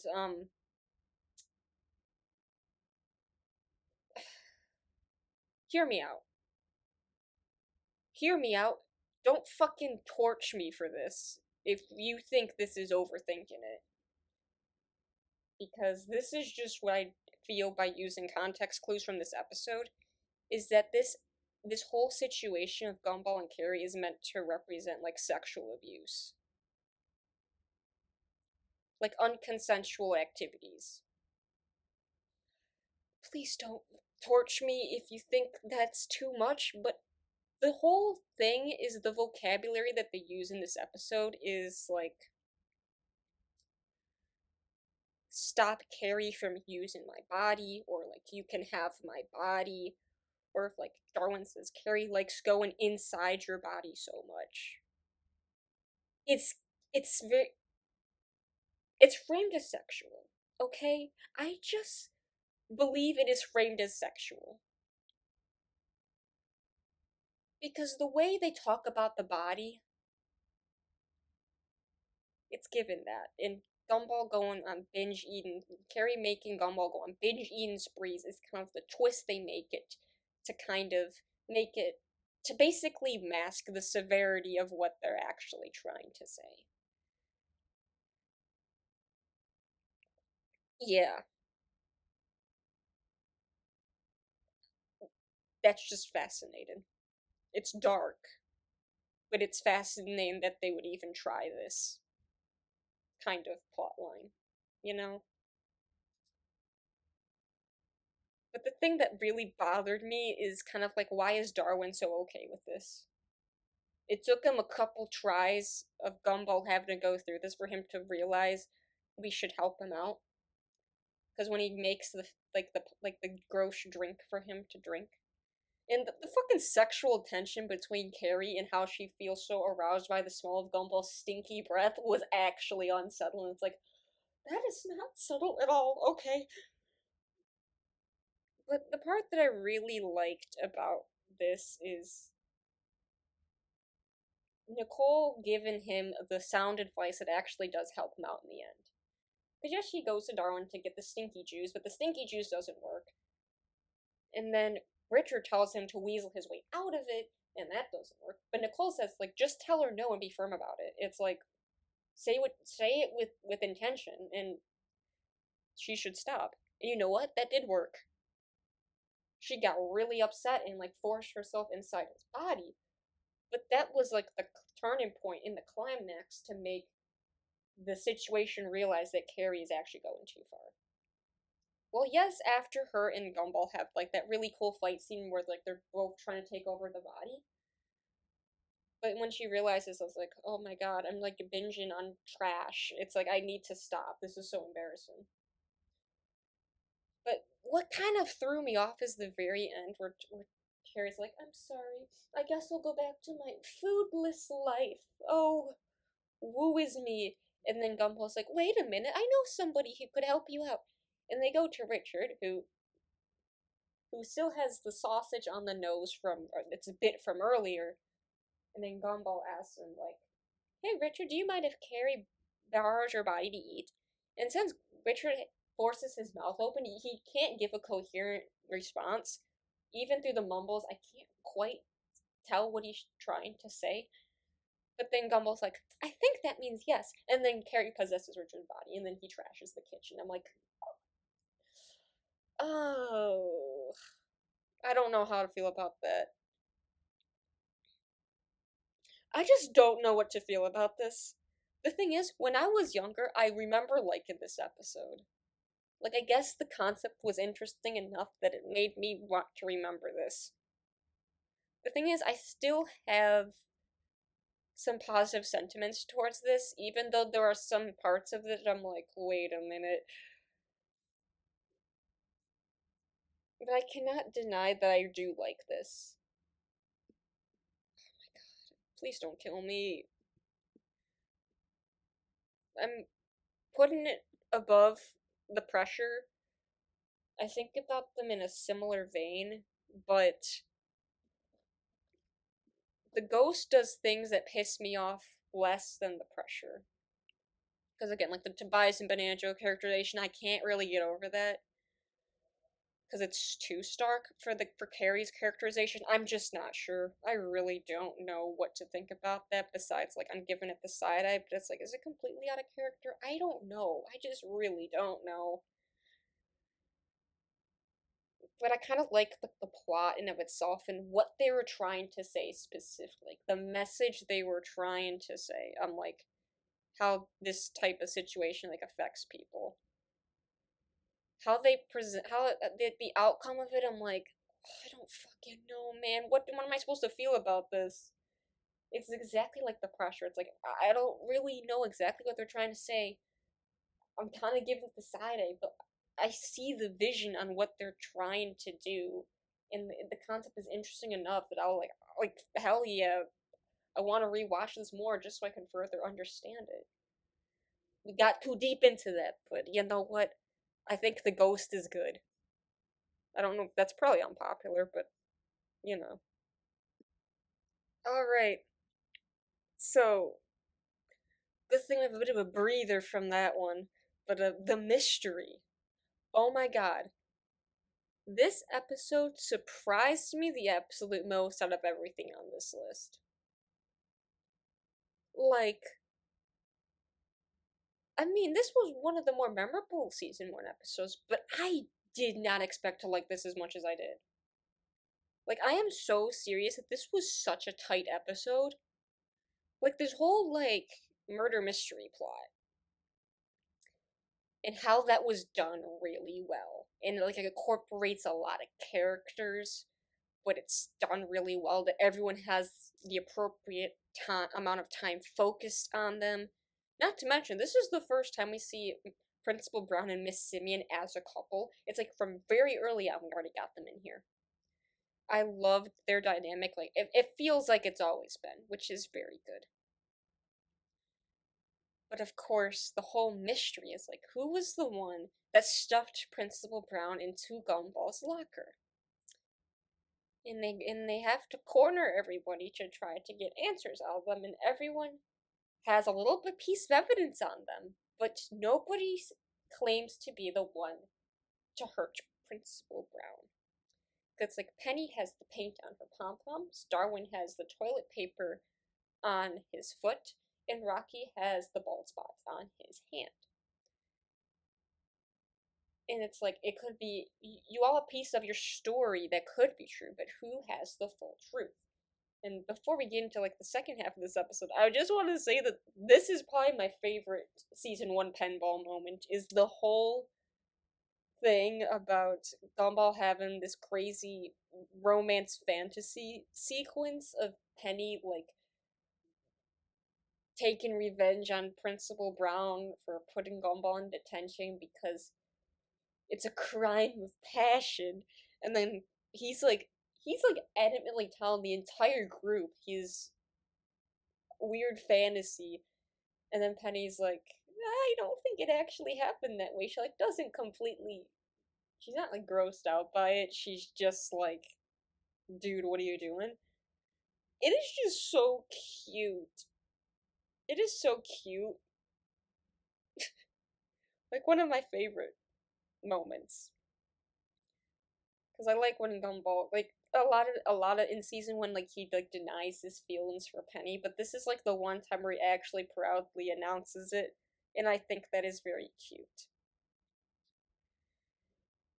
And it is eventually found out that although no one they know of committed the act, they find Bobbert, who happened to have a tape of the security footage of all three of them contributing to the crime, but it was actually Miss Simeon that was the one that did it all wrong by slamming the door in his face, causing him to fall down the stairs into the domino effect.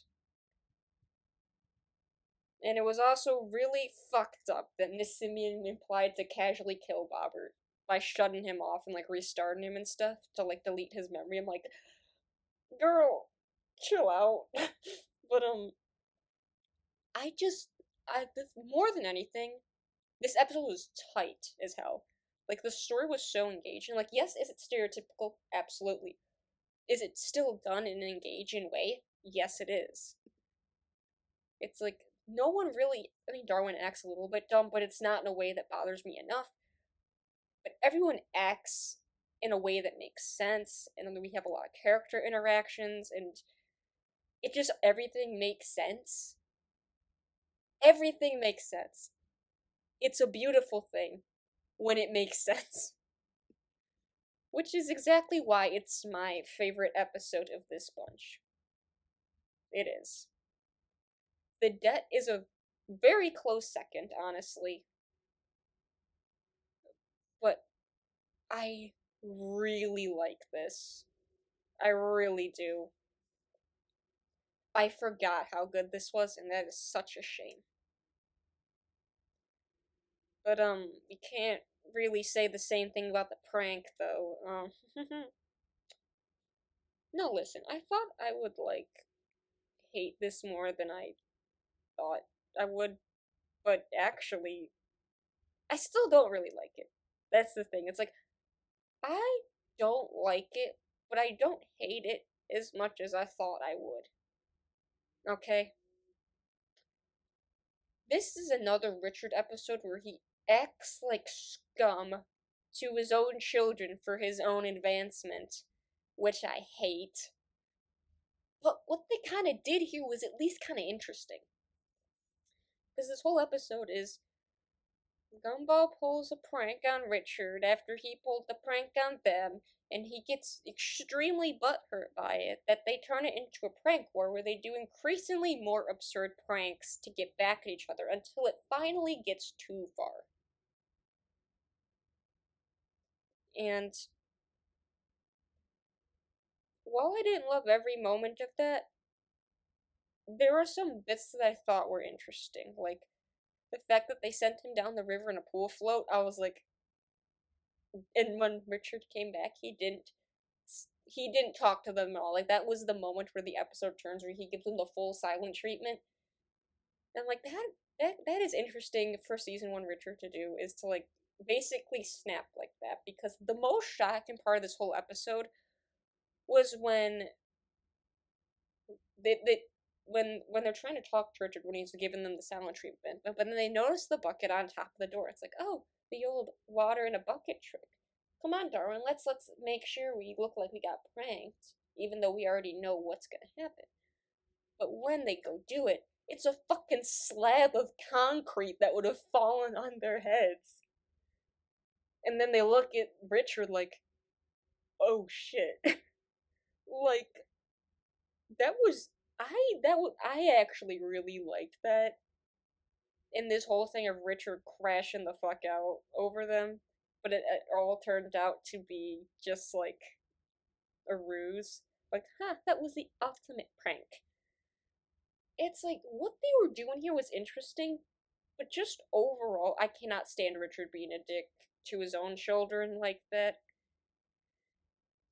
And the thing that made this theory of Richard being mean was just like, it's only funny when the joke is on someone else. It's like, okay, you just exposed yourself. Good job. It's like, I don't know, I just can't like this enough.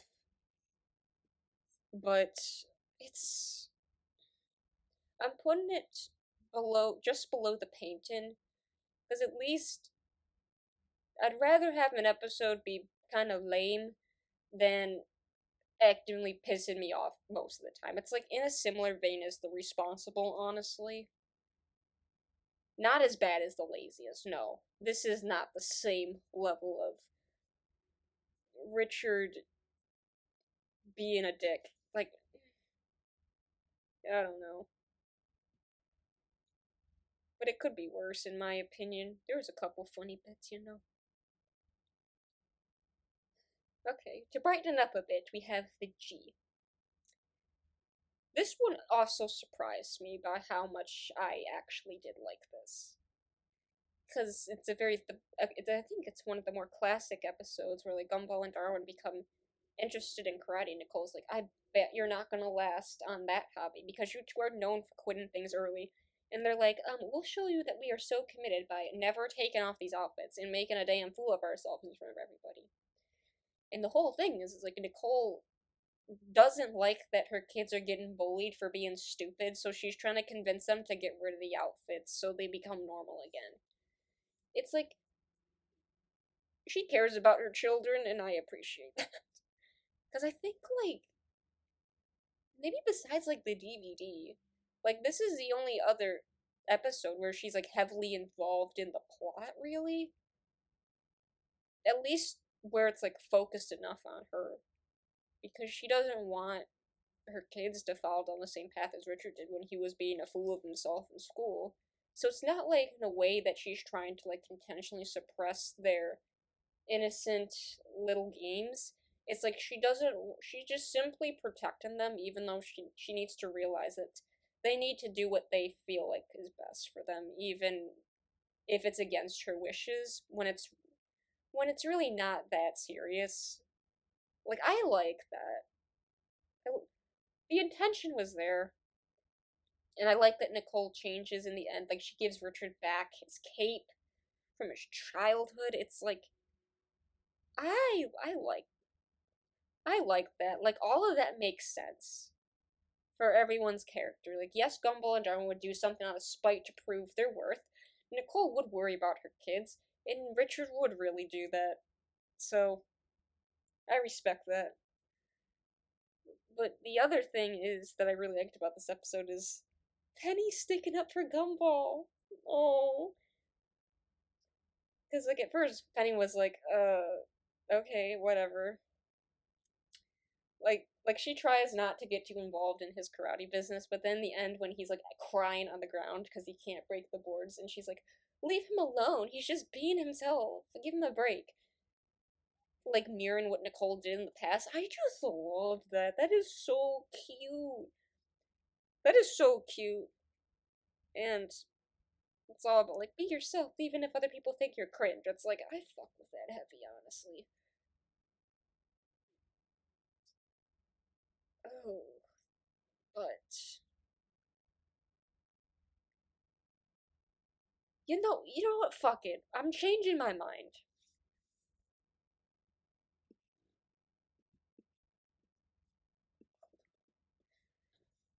I originally had this episode placed between the pressure and the third. I think I'm gonna put it above the ghost and the pressure. Like I'm gonna put it above all of that. Simply because the ghost and the pressure do things that piss me off, but the G really doesn't do anything to piss me off. Like it's just very solid. It doesn't blow me away enough to like go in the upper echelon, but you kind of know what I mean. This is just good. I like this. It's very nice story, very nice ending. Quite like that. And next, this is an interesting one, but I don't know, the kiss. The thing that struck me the most about this is how similar to the climb from season 7 this is. Like it's the same thing. It's like Gumball goes through a traumatic experience and like Darwin tries to help him get over it. Do I think the kiss is better than the climb? No, it's not. I like the climb a lot more because they do more interesting stuff with that plot line, but they have done this before. But this whole, of course, this whole episode revolves around like Gumball doesn't want to give Granny JoJo a kiss, and he's being resistant about it, even though everyone else says like, just do it, Gumball. It's like Gumball, Gumball was in the right, I believe. He doesn't have to if he doesn't want to. He has every right to. He has every right to not kiss Granny JoJo. I think he was right for that. He shouldn't have been forced into that. But when he goes in to kiss her on the cheek, she accidentally kisses him on the lips, and naturally that would traumatize him, and he's just like his whole worldview was absolutely ruined. And Darwin's trying to help him, I was like, go to your happy place to forget about all of this shit. But he just can't do it. He's just like, I can't get the taste out of my mouth, literally. And he kind of like he like snaps on like the little squirrel that asks him what's wrong. He's like, I have no happy place, and then the squirrel like falls over, and he just bursts out crying. It's like, I'm sorry, I didn't mean to. I like all of that because it just shows some more complex emotions in Gumball. It's like how his stress can manifest into anger that he does show remorse over. It's like, you know what? I like that because this really stresses him out, and I understand why. It's like I understand his motivations in this episode because I why would Gumball want to do any of that? But probably the most memorable part of this episode is like the really traumatizing obstacle course that Darwin sets up in the school track area. And there's some good like physical gags and stuff in there. It's like I did like that part of the episode, even though Gumball was put through the ringer, but he was through this entire episode. So he eventually does get traumatized enough to not remember the kiss anymore. But of course, the fake out ended where he gets kissed by Granny JoJo again, and he's re-traumatized. It's like I'm like, whatever, sure, fuck it, I don't care. I don't care enough about this episode for that fake out ending to piss me off. But it's whatever. Like I understand this plot line. Like they would repeat it in the future, although in a better way. But I still like this and what they were doing. Because, dare I say, I've said it before that I don't like Granny JoJo as a character. I find her annoying and I don't really like whenever she comes up. But this is the first episode we see her in, and this is a characterization that I actually really like. Because she's literally just a crotchety old lady and that's it.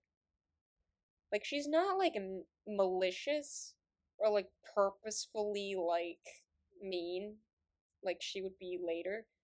She just doesn't really care. All she wants to do is watch her TV and shit.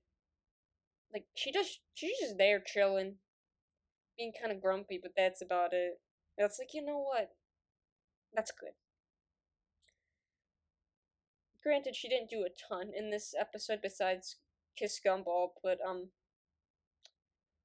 she didn't annoy me, which was very surprising, honestly. But despite all that, like I like it, but I'm gonna put it at the end of good because it's like bordering on I don't really care. But it does more good things than things that piss me off, because this episode just doesn't piss me off. It's just kind of like, eh. I could take it or leave it, but I do like it enough, type of thing. Alright, next we have the party. Oh, I was waiting for this one, low key, because this is probably one of the most famous season 1 episodes, is the party. Partially because this is the only time we ever see Rachel Wilson in action. This is the only episode she actually appears in where she like even like has a speaking role. She's been in the background a few times, but it's like we don't know what the fuck happened to her after this. It's like that's the whole mystery in the fandom. It's like what the hell happened to Rachel Wilson? In the void somewhere probably, but it's like later seasons they didn't even pull a Rob or a Molly on her. They just fucking killed her off or something. I'm not really sure. I think in like I didn't watch these for myself. I think like the Darwin's Yearbook mini series, they said that she went to college. I think someone said that, but it's like we just don't see her after this. Granted, I don't care that we don't see Rachel again because she's just like a standard mean girl type of character. It's like, okay.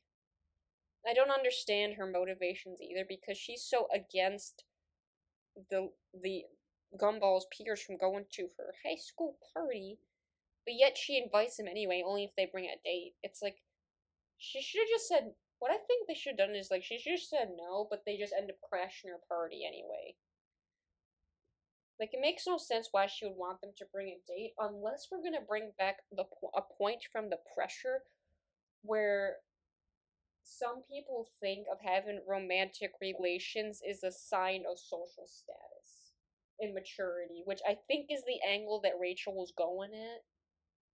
Pretty sure it was. But she kept calling them babies, so I think that's what was going on. And one of the big things about this episode is how Penny sends Gumball the letter, "Will you be the jelly in my peanut butter sandwich?" And he doesn't understand that, so he throws the letter out. You know, the one time Gumball being dumb is actually fine because, sure, he might not understand that, but he goes everywhere else. He's saying like, "I can't possibly go to the party with Penny. I don't like her that way." It's like, shut up, bro. Go to the party with her. But this was actually crazy because I forgot that this happened. It's like Gumball's obliviously sexist comments to the other girls in his class. Like he goes to Masami, it's like, "Would you go to the party with me? I usually go for attractive girls," but and then Masami like zaps him or something. I'm like, oh, that's a bit rough, Gumball. You shouldn't say that. And then he goes like, "How about you, Cherry? You seem desperate." It's like I understand what they were doing with that, making Gumball seem like the worst person possible, and it was honestly pretty funny. It's like, damn, Gumball, you didn't have to be so savage with it. But the only thing I wonder about this whole thing is like, why is he in such denial about having feelings for Penny when in previous episode, the mystery specifically, he he openly talks about the romance fantasy he has about Penny. So everyone already knows what he feels about Penny. So why is he in further denial that he he loves her? Maybe it's just a middle school kid thing. Like, oh, I don't like them. He. May I think that's I think so, but it's just like I don't know. It's just kind of like I'm not sure he would really do that, but I guess it's okay enough, right? But I also love how they quickly brought back Principal Brown and Miss Simeon as a couple because what they want to do is crash their party and make it seem like we're gonna totally bust this party down. And in the end shot, we see them making out in the closet, and I'm like, you know what? Good for them. But the thing that is probably the most infamous part of this episode is first that Gumball goes to Tina and Penny goes with Hector to the party, and Penny's like actively upset with him. She's like, "Hey, Gumball." It's like she's like upset that he rejected her. And then when they meet up back together, Gumball they're like, "I didn't want to go with them. I wanted to go with you." Oh, it's like, oh, how cute. That is very cute, I must admit. But the thing that I'm questioning about is kind of what their suggestion of Darwin and Rachel, okay? I think, like, in the early fandom, people shipped Darwin with Rachel, but this was way before Carrie came into the picture as Darwin, as Carwin, pretty much. Is how Rachel kisses Darwin on the head after he cleans up their house, after they trashed it. And she's so thankful for him. She's like, maybe you're not such a bad kid after all. and then she kisses him on the head, and then Darwin's just like so floored, like, oh my god, I love women. It's like kind of like that. It's like, and they never did anything with that since. Obviously, because Rachel didn't come back, but it's like they were trying to do something with that relationship, even though he's 10 years old and she's in high school. I don't know about that one, but you know, they were. I see what they were. I don't know if they were trying to insinuate something, or if it's just a weird fluke, like it's just a piece of season continuity that never got resolved. I honestly don't know. But this was like the one episode that Richard was actually nice to his kids in because he was so proud of Gumball having a date to the party, and he was so excited for him to like, drive him there and shit. Even though he did interrupt him and Penny kissing. This is my favorite season one Richard moment is because he was just supportive of Gumball in his endeavors, and I like that he wasn't a dick for once in his life, so I do like that. So, with that being said, I'm gonna put it at the top of good because I still have some issues with this, but it's like I can't say that I don't enjoy this because I actually really do. It's like nostalgic, even though I didn't grow up on season one, like I just didn't. But this feels like a nostalgic Gumball for some reason, and I'm gonna run with that. And now we're gonna move on to an episode that it didn't have me. It didn't have me in the first half, but when I got to the second half, I'm like, wait a minute. The refund. I didn't remember this episode too well. I just remembered it was something about like they had the video game. Obviously the video game where they didn't have the right game console for their video game and they had to get a refund, but of course Larry can't do it because his boss won't allow him to. Very similar to the burger from season 7, it's the same kind of dynamic with Gumball and Darwin wanted something out of Larry, but Larry simply cannot give it to them. We have done that before, actually. And they try many different ways to get Larry to give them a refund because they're just so upset about it. And this first half, I'm just like, okay, it's just like they do one thing and it fails. They do another thing, it fails. It's like, okay, whatever. At first, I was like, I don't know about this, guys. But then, would you believe me if I say that Richard actually saved this episode? I never thought I'd say that, but when we got to the point where they tell Richard about their situation, and Richard is so pissed, it's like, okay, fuck it, we going in. And the whole sequence with Richard intimidating Larry and like getting beat up by his manager, I love that. Genuinely, I love that part of the episode. That kind of like saves it from being put into whatever. Because it's not really whatever. If it's like, this is one of the few points in this season where Richard is not being an ass. Yes, he throws the kids under the bus like once, saying like, this was your idea. But it's like he has good intentions of trying to do something good for his kids. And I like that. Even if he gets beat up by the other guy and they're laughing at him. And then when he realizes again the fake out when they thought they got a discount on their new game console, but it turned out to be a shredder, and he's like, "Fuck it, we going back in." I like that because he has good motivations to do something good for his kids. I like that a lot, and that is single-handedly saving this from being put in whatever. But I can't say it. I think the absolute highest of this. Not in a bad way. It's just like the competition doesn't allow it to be higher than the third. I think that's fine. Like between the third and the kiss is perfectly fine because again, the first half didn't really impress me, but it was the second half that really did it for me. And the fact that it did it for me at all is a good thing. But we absolutely cannot say the same thing about the robot. Listen, why did they do the same shit twice and not good either way? Okay.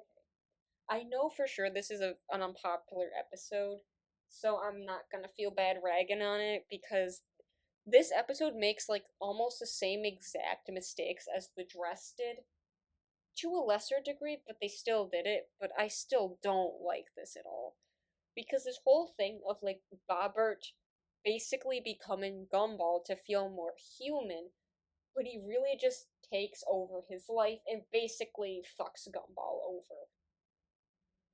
Because at first, Gumball and Dora want to do a good thing, like, let's help Bobbert fit in. Yes, they make fun of him a lot for being a robot, which I'm like, that's probably offensive. That is offensive to your robot classmate. Anyway, but it's like he's catching all the strays. Poor Bobbert.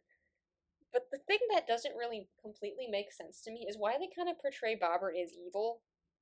Like, we don't really have solid explanation on why he goes ape shit over attacking Gumball. Like, his evil motivation, like, I'm gonna take over Gumball's life, and he will be no more, and I will be the real Gumball, and everyone will love me. And then, like, him trying to basically kill Gumball in the climax fight scene, it's like, why does he want to do this? It's continuously said, like, oh, robots can't feel. They don't know what emotion that is. But Bobbert obviously possesses spite and revenge and malicious intent, so it's like, well, he has enough emotions to come up with that situation, so I'm not really sure about that. But besides the Bobbert characterization that I don't enjoy at all, the same problem with the dress is believing that someone is something that there's no way that they would believe they would be. For the dress, it was Gumball actually being a different person, and for this episode, it's that Bobbert is actually Gumball. Because the only thing he does is he takes a recording of Gumball's voice and he paints himself blue. Like the front half, not even the back, it's just the front. And everyone, Penny, other classmates, his entire fucking family, all believe that that is Gumball. What the fuck are we doing here? It's like the dress, but even more malicious. Because they just torture the shit out of Gumball for no reason. It's like Gumball was trying to help Bobbert with some good intention, and he just has everything taken away from him. I don't appreciate that one bit. I feel so fucking bad for Gumball here, man. It's like, oh, I'm so sorry, bro. I am so sorry. And Gumball has to fight to the death to reclaim his position, which he shouldn't have to do. Because again, Bobber tries to kill him and Darwin over getting Gumball out of the picture so he can become the supreme Gumball. And Gumball very nearly dies until the fucking sprinkler goes off to power off Bobbert. It was nothing he did, it was some fluke accident that made Gumball's life spared. And they had to do a hard reset on Bobbert for him to get rid of his evil tendencies, even though, of course, in the fake out end, it isn't implied that he does the same thing to Darwin. And I'm like, it's like a mix of the laziest and the dress. It's like we have the objectively mean spirited vitriol towards somebody that didn't deserve it, either Larry or Gumball. And in some situation being so unbelievable, you wonder how anyone could, like, it's just inconceivable, like, why this would realistically happen, which happens in the dress. I don't fuck with any part of this. I don't. Hell. But the only reason why I'm putting it above the other two is that the other two simply piss me off just a bit more.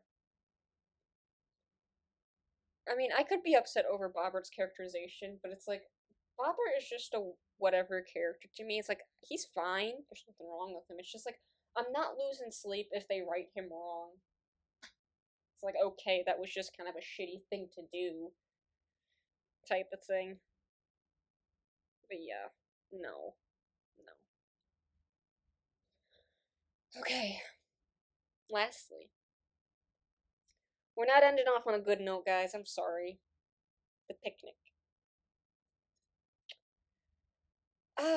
No, no, not really. This one isn't bad. It's not like hell bad. We got bigger fish to fry than the picnic. But that doesn't mean that I like this anyway. The only what makes this work for me enough that it doesn't make me mad is that the Gumball and Darwin dynamic is I kind of enjoy it. Like this idea that Gumball is such a know-it-all. Like he thinks he knows what everything should be and what they should do to get out of their situation, but it just keeps getting worse and worse and worse, and they just lost and fucked. And it's like, yeah, and Darwin's like unsure about it, but he goes along with it anyway because like, what else can you really do? They're both dumb as hell in this episode, but it's like I understand it like enough. Gumball being an oblivious know-it-all is actually good. I understand that. And this whole thing about Darwin saving Gumball at the last minute before he gets eaten alive, kind of like showing his strengths when Gumball was like, "Oh, you're so useless. I could totally do without you," which I'm like, "Ugh, Gumball, please don't say that." But Darwin coming to save him in the end, and Gumball's like, "I'm sorry. I didn't mean to. I was just the circumstances of being lost, cold, and hungry."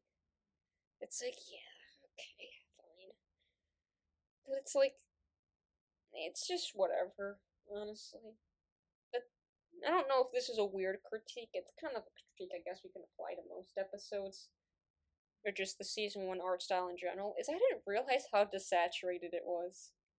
This might be weird to mention, but in this episode specifically, it everything felt so gray.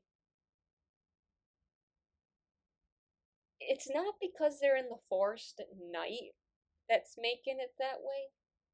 It's just like I noticed the theme is like the things just are like there's like a gray cast over everything. I can't explain it, but everything's just the colors are just a bit duller than what the later seasons would animate.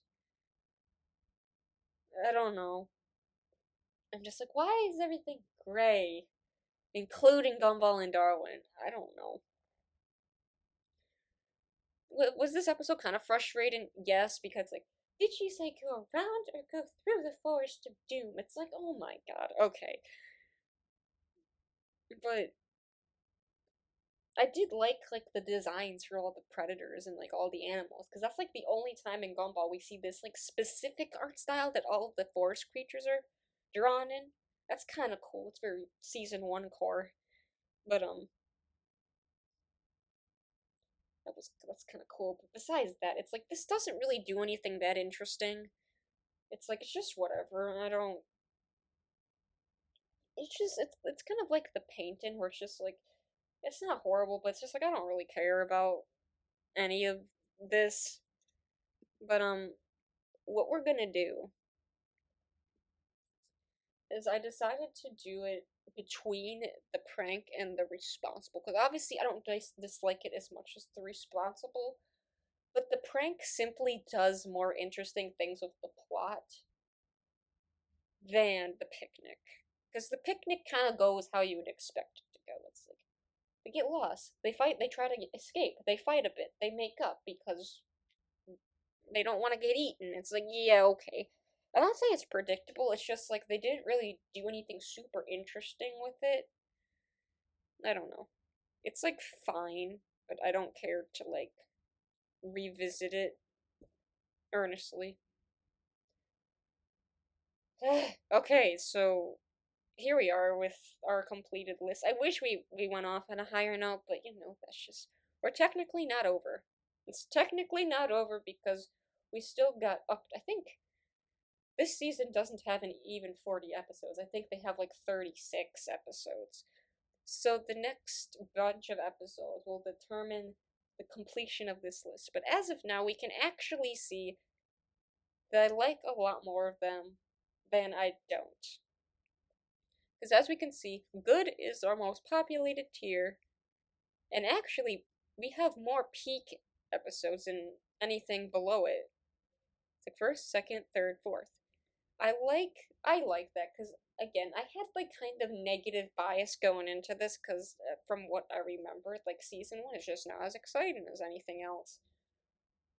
But I do realize like if you act like also going into this with like older eyes and ears and brain, it's like you do catch on like some of the stuff that I didn't really catch on before that makes an episode better than I thought it was.